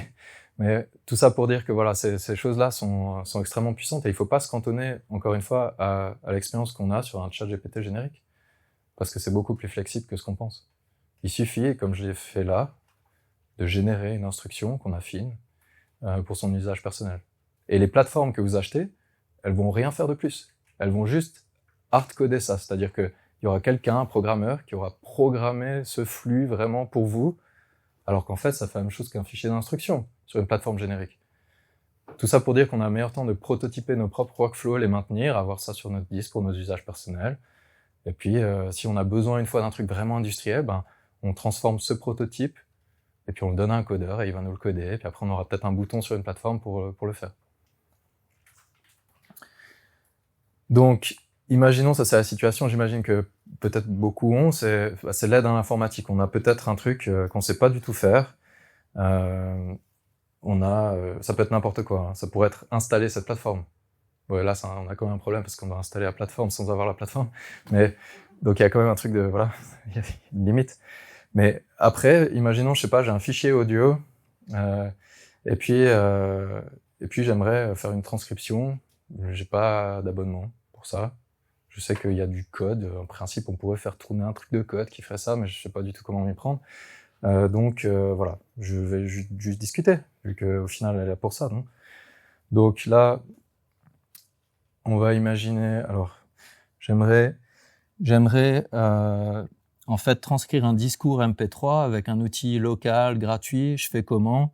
Je cherche sur le net et donne-moi les options les plus pertinentes avec toujours un lien pour vérifier moi-même.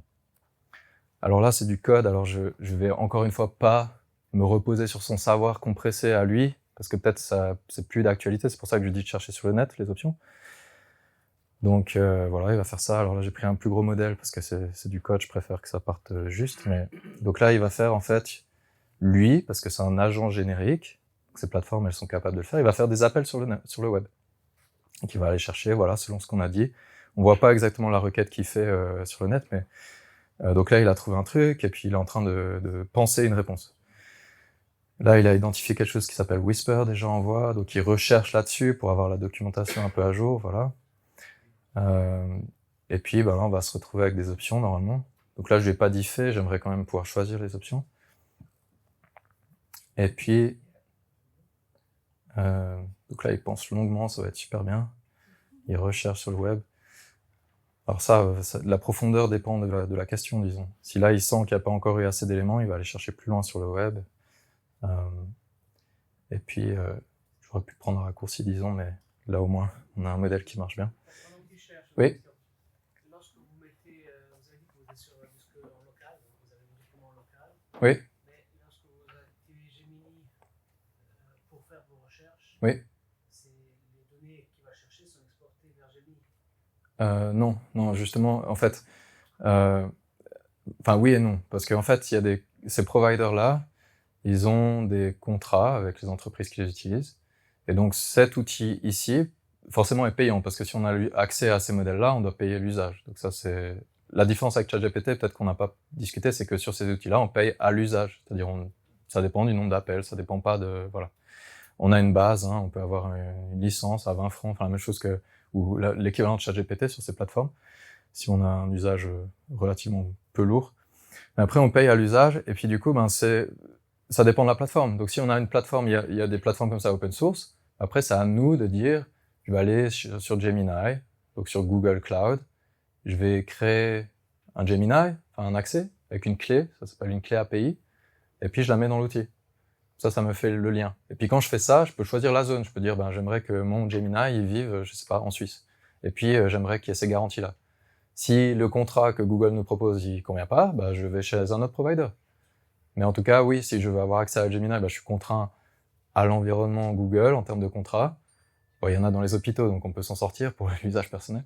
Et puis voilà, si je suis sur Azure, j'ai OpenAI. Enfin, donc chaque provider a son contrat, sa façon de faire, mais on est libre en fait.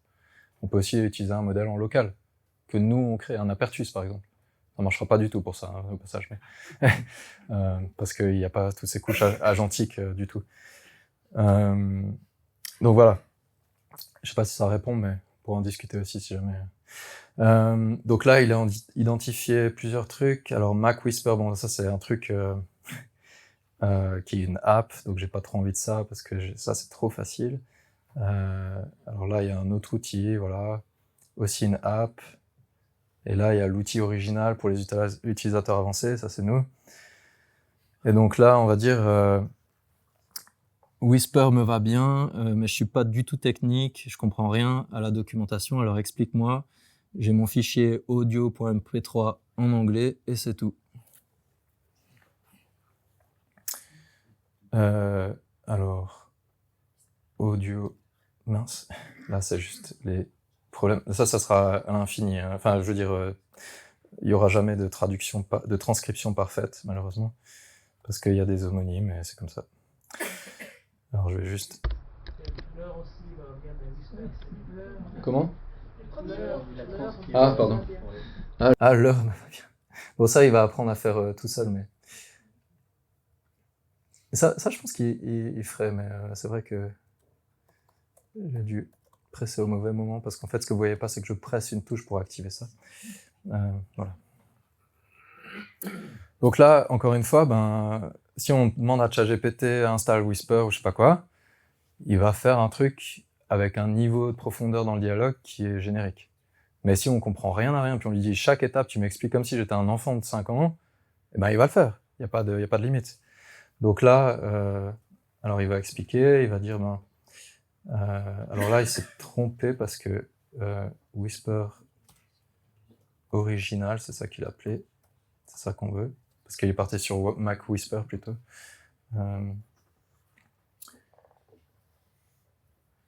Donc là, ben voilà, désolé, je prends le modèle qui nous fait tous attendre.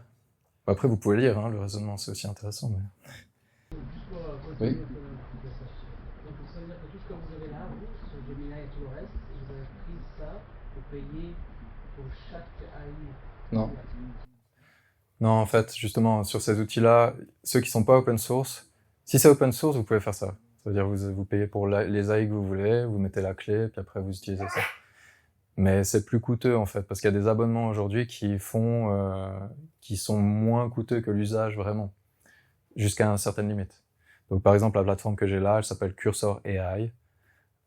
C'est vraiment utilisé par un grand nombre de développeurs dans le monde. C'est la base VS Code de Microsoft.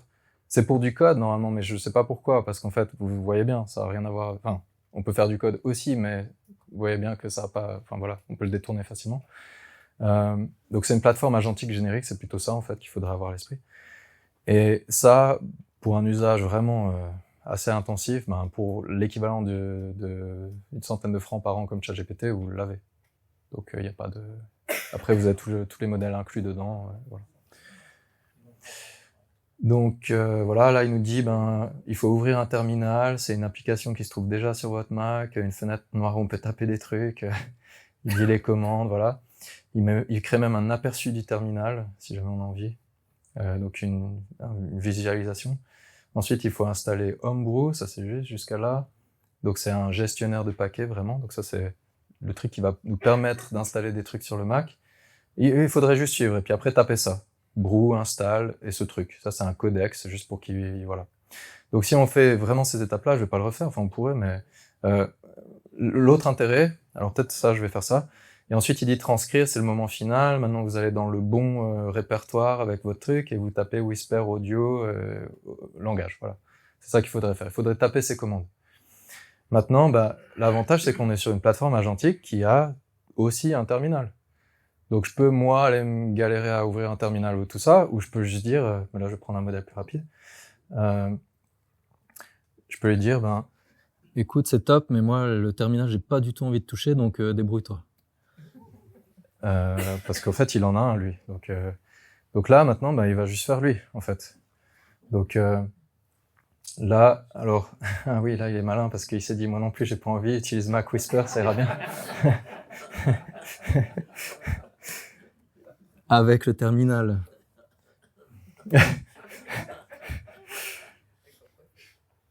Ouais, bah oui. Au final, il est quand même plus malin que nous. Mais... Donc, alors là, il dit le plan d'action, il va faire ça, il nous confirme. Je dis OK, c'est ce qu'il avait dit avant. Puis première étape, alors voilà, ça c'est le. En fait, là, dans la fenêtre, il peut utiliser un terminal. Donc là, c'est l'équivalent. Vraiment, il a un terminal en interne. Et puis, ben, c'était la commande qui disait. Donc ça, il faut lire évidemment avant de dire run, parce que si c'est supprime tout mon ordi, eh ben voilà, faut quand même lire. Mais là, il le fait, voilà. Et l'avantage, c'est que s'il y a un truc qui se passe, qui est pas bien, ben, il va pouvoir débugger lui-même.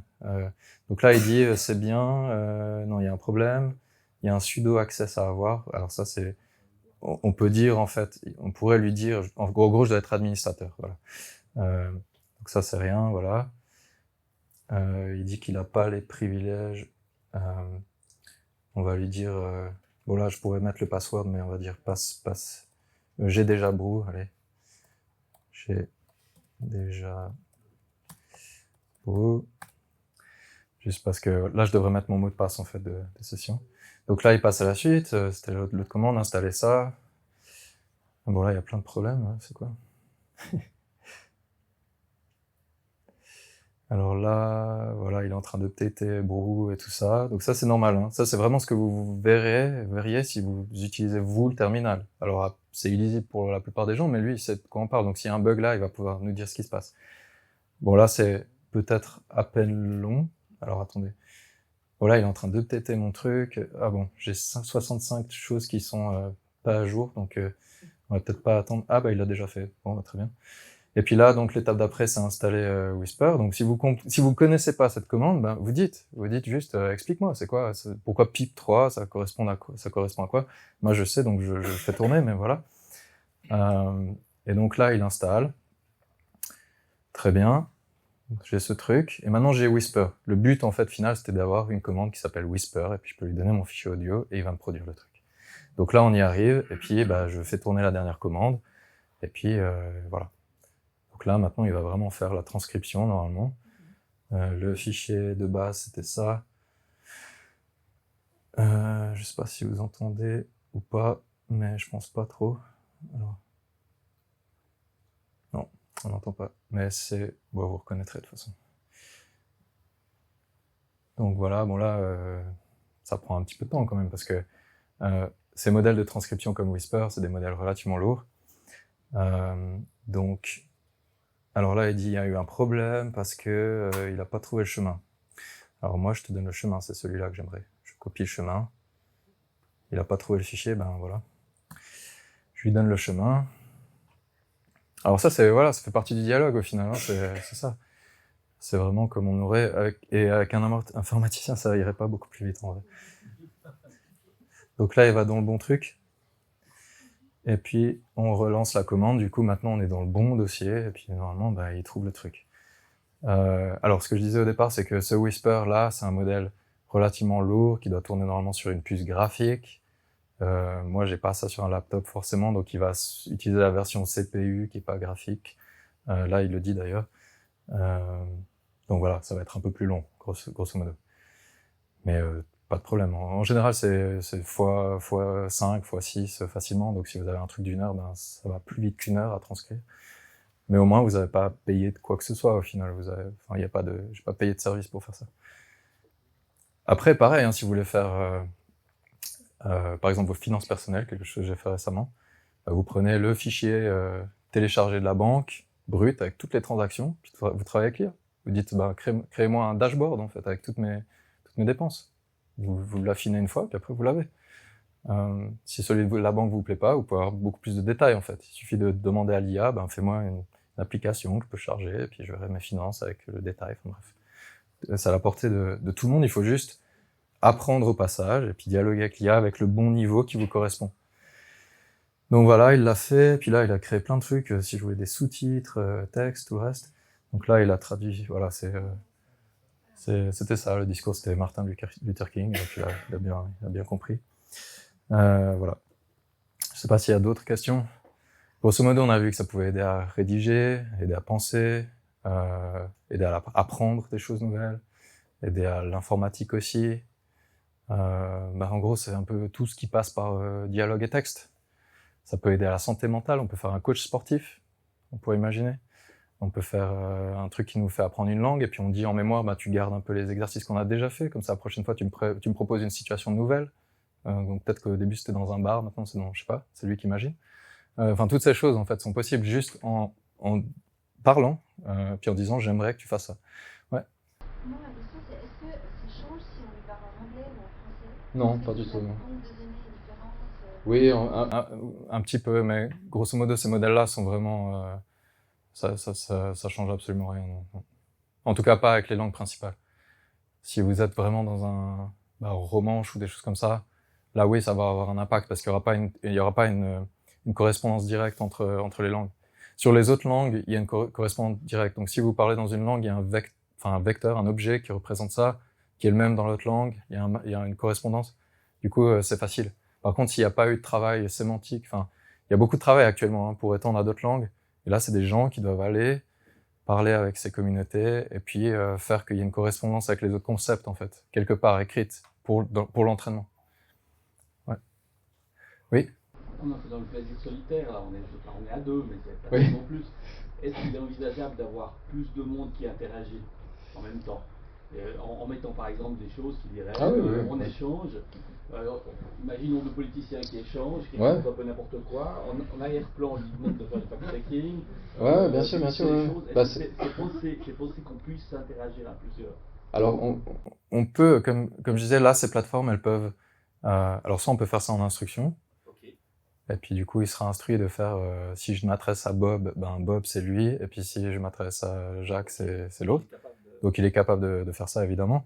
Après, si on veut vraiment avoir des agents qui sont... Parce que là, le truc, c'est que on va séparer. Si on fait un fichier d'instruction, on va dire cette partie-là, c'est pour Bob, cette partie, c'est pour Jacques. Il va s'en sortir.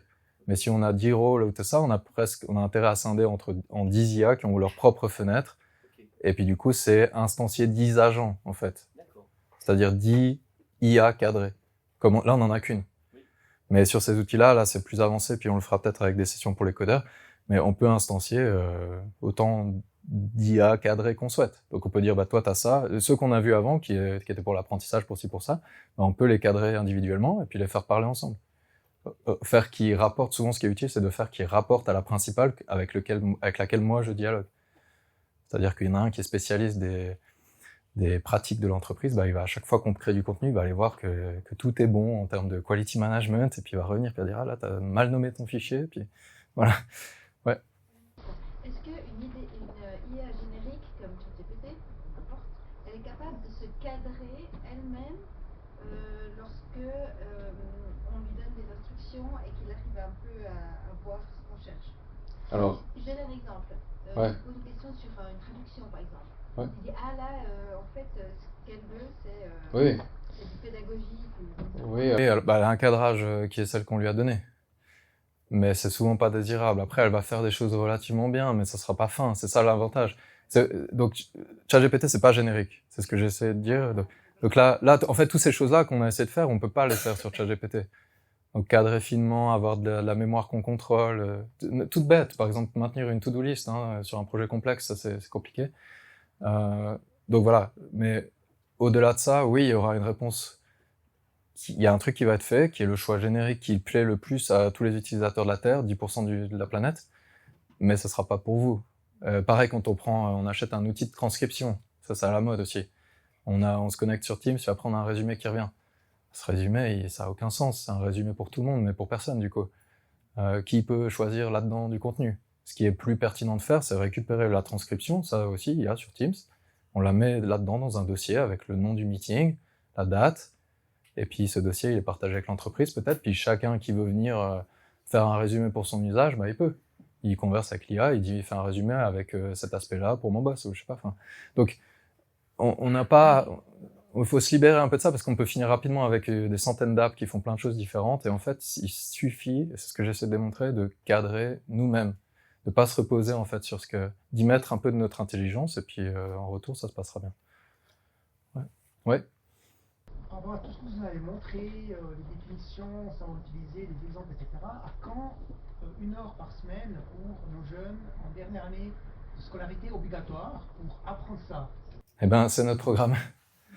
Mais là, c'est pas très lointain. Déjà, il faut défaire beaucoup de chemin, parce que si on va à l'EPFL aujourd'hui, AI Center, tout ça, la logique, c'est disséminer la connaissance de comment on crée en ingénierie ces modèles. Encore une fois, ça sert à rien. C'est comme si on disait aujourd'hui, tu vas faire des apps, tu vas devoir utiliser des apps, donc va apprendre comment des puces électroniques sont conçues. C'est vraiment ça, en fait. Donc voilà, on essaye c'est le but, en fait, aujourd'hui et de cette année d'AI Suisse, c'est de montrer que la littération IA, à mon avis, c'est maîtriser ça, tous. Si chacun en Suisse maîtrisait ça, pour son innovation, sa créativité, ses pratiques d'entreprise, tout, en fait. On est beaucoup plus libéré par rapport à nos idées humaines, et puis pas juste la délégation qu'on en fait à un ChatGPT. Donc là, et pour dire, on est pas mal avancé, parce qu'aujourd'hui, on est partenaire HEP Vaud, HESSO, École 42 et La Source, École infirmière. Ces 4-là sont en train d'insérer avec nous ça dans les cursus. D'abord aux enseignants, et après aux élèves.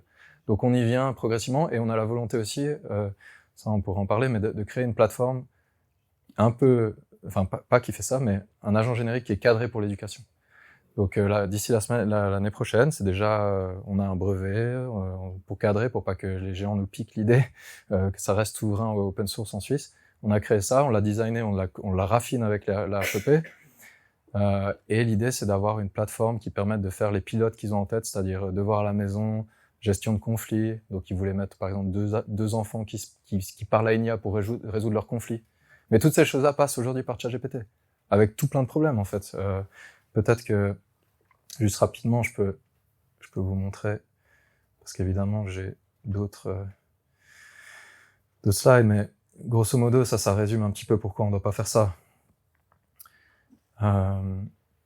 Donc ouais, je sais que je fais un petit peu long par rapport à votre question, mais je veux quand même vous montrer ça, parce que c'est un point important à mon avis. Alors, en fait, tous les pilotes dans l'éducation aujourd'hui, la plupart en tout cas, qui passent par un ChatGPT ou l'équivalent, le problème c'est que le cadrage est générique, c'est ce que madame disait. Donc on a un cadrage qui est pas forcément, aujourd'hui il est même pas approprié pour l'âge, ni le contexte culturel, sans parler de neurodivergence et toutes les autres choses qu'on pourrait cadrer. Donc ça, c'est pas la seule option, c'est de dire utilisez-le, puis après on croise les doigts pour que ça se passe bien, mais on sait pas trop ce qui va se passer avec l'enfant. On n'a pas de visibilité sur les dialogues, donc on sait pas comment ça s'est passé, on sait même pas si c'est lui qui l'a fait, enfin on n'a pas. On peut après dire imprime en PDF la discussion, mais est-ce qu'un prof va relire ça? Évidemment pas. Donc on n'a pas ça. Du coup, si on n'a pas les dialogues, on n'a pas de capacité d'analyse non plus. Ça veut dire qu'au final, si on veut évaluer comment l'élève a appris ou travaillé avec l'IA, comment on fait? On n'a même pas le dialogue. On peut voir que le produit fini, donc on retombe dans l'éducation traditionnelle où on met une note de 1 à 6 sur le produit fini. C'est pas le but. Le but, c'est de juger de la trajectoire, en fait. Et donc, et sans compter, comme je disais au départ, tous les aspects bien-être et santé qu'on pourrait aussi mesurer au passage. C'est-à-dire, si on fait un exercice de devoir à la maison, on peut quand même mesurer aussi. On pourrait avoir des modules qui sont créés par le CHUV, qui sont certifiés médicaux, qu'on met dedans, dans la boucle, et eux, ils vont analyser en parallèle sur des aspects de santé.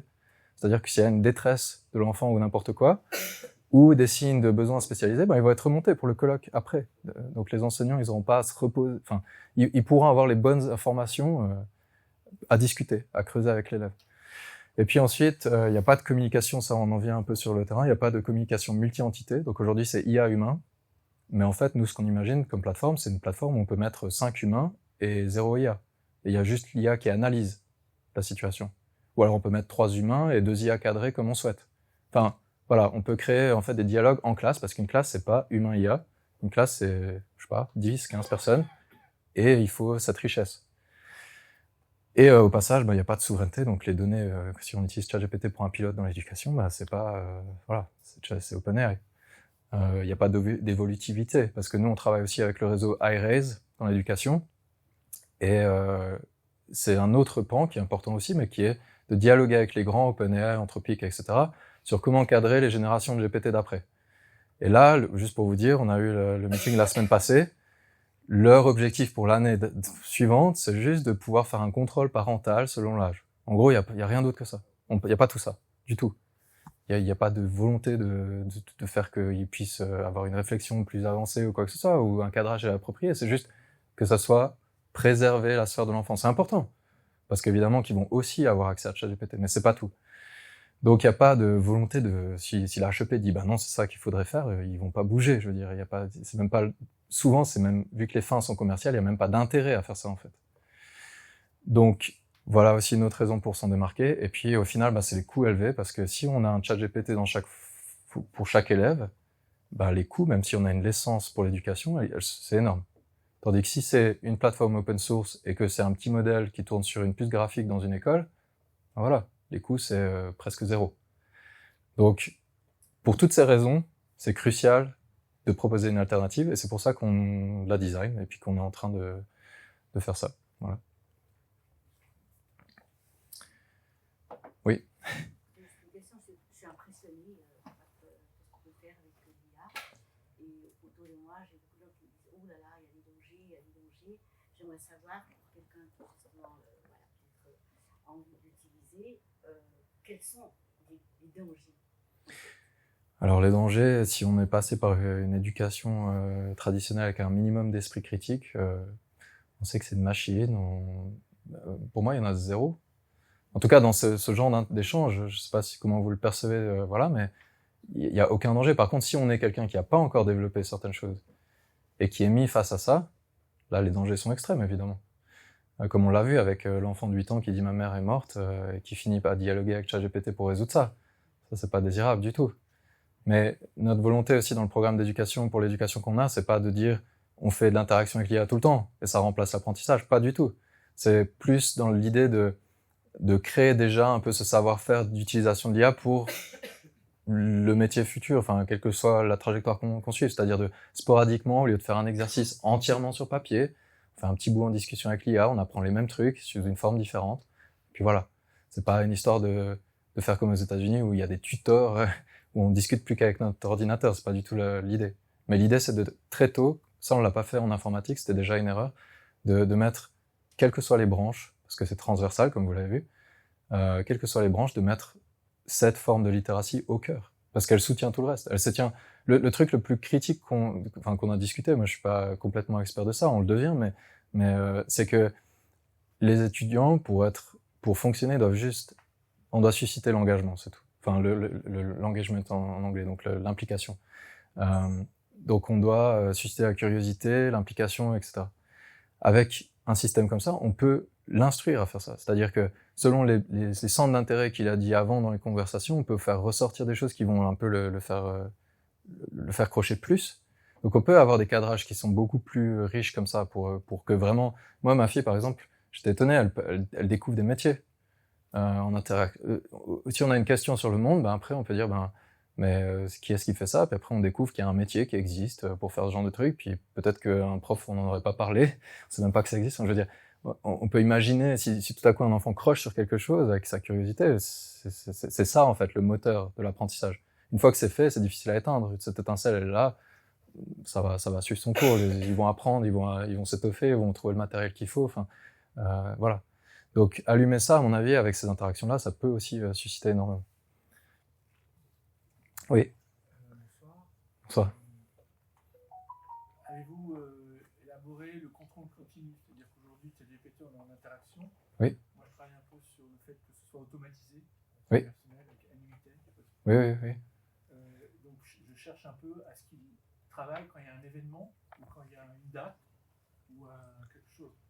Donc, par rapport à l'apprentissage, le contrôle continu, c'est-à-dire qu'un enfant, si on lui donne cet outil-là et que cette IA participe au contrôle continu pour dire il a bien fait le job, je l'ai bien aidé, non, c'est moi qui l'ai fait. Avez-vous des pensées sur ce genre de suivi, en fait. Oui, alors, le contrôle continu, c'est l'analyse du dialogue pour moi. C'est ça. Donc ça tombe dans ce qu'on disait, qui est que la plateforme qu'on imagine, elle est capable de faire ça. C'est-à-dire, grosso modo, il y a ces parties-là, un peu dans la plateforme qu'on imagine.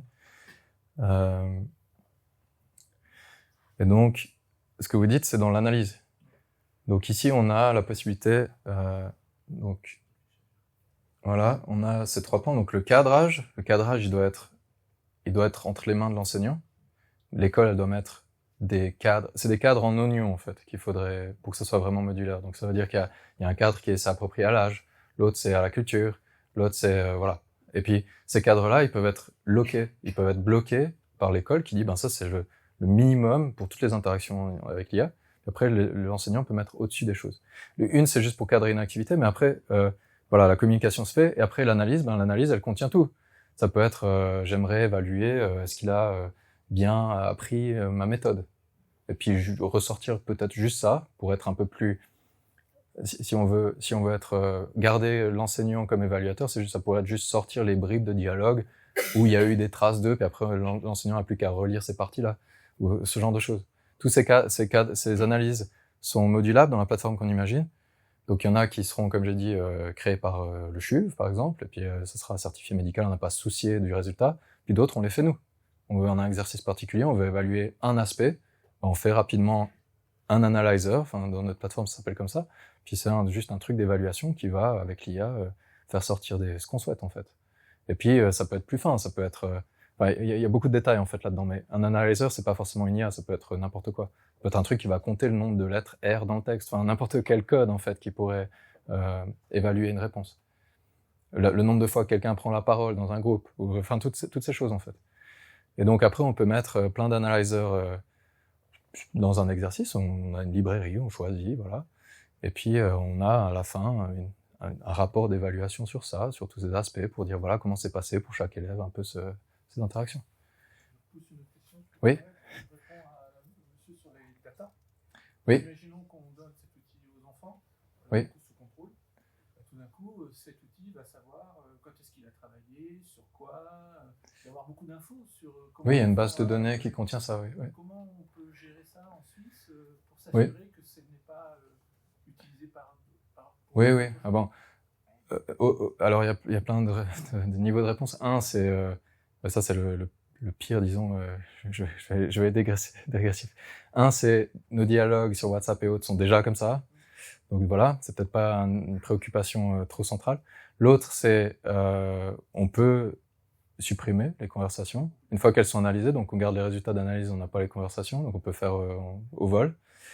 Et puis, bon, moi je pense que c'est pas désirable parce que c'est une richesse, en fait, surtout pour la santé, en fait, d'accumuler ces résultats. Si on avait tout le canton, ou enfin en Suisse, en fait, ces dialogues sur la plateforme future qu'on est en train de créer, qui vont pour faire de la santé, moi je dirais que ça serait pas mal, en fait. Pour faire de la santé mentale, pour faire énormément de choses.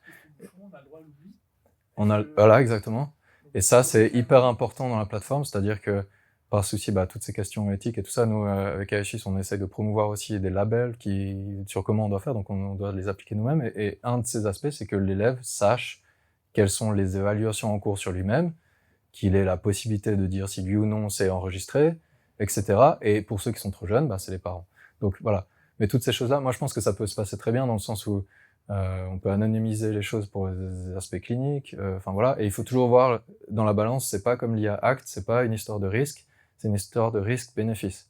Et donc qu'est-ce qu'on gagne à faire ces analyses en santé mentale et autres? Voilà, c'est la question à se poser. Par rapport au risque qui est que voilà, une discussion d'un élève sur son devoir voit le jour. C'est ce genre de réflexion. Évidemment que c'est un truc société, mais il faut avoir le moyen technique déjà de le faire. Le temps. En tout cas, merci beaucoup.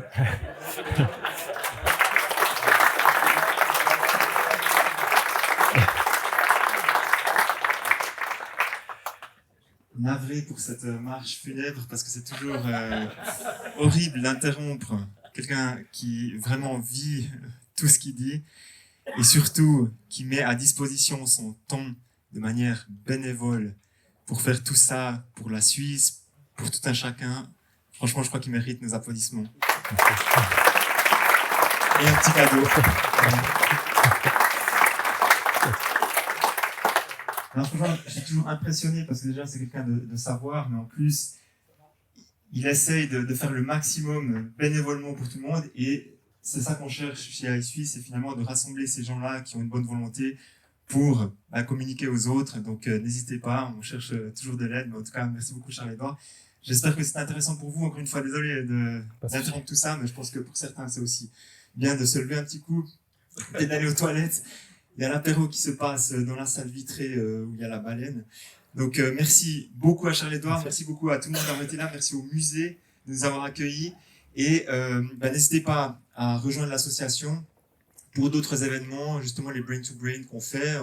Vous pouvez aussi participer activement, comme il l'a mentionné, avec les codeurs. Voilà, les codeurs, exactement. Donc, si tu veux faire un petit appel encore, vas-y, c'est le moment. Donc, par rapport à la question d'avant, oui. Non, alors c'était juste un appel à la communauté en fait qu'on fait souvent, c'est qu'aujourd'hui on est en train de développer cette plateforme open source qui le pire des cas, ça sera 2 personnes du CHU, 2 de la HEP, et quelques codeurs qu'on a collectés, voilà.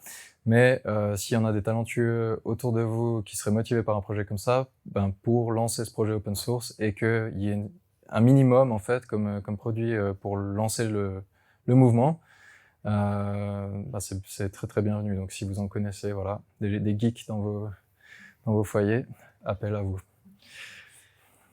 Voilà, donc merci à toutes et à tous, merci à Charles-Édouard, merci aux autres membres de l'association iSuisse, les membres du comité, et maintenant vous pouvez passer à l'apéro, merci encore.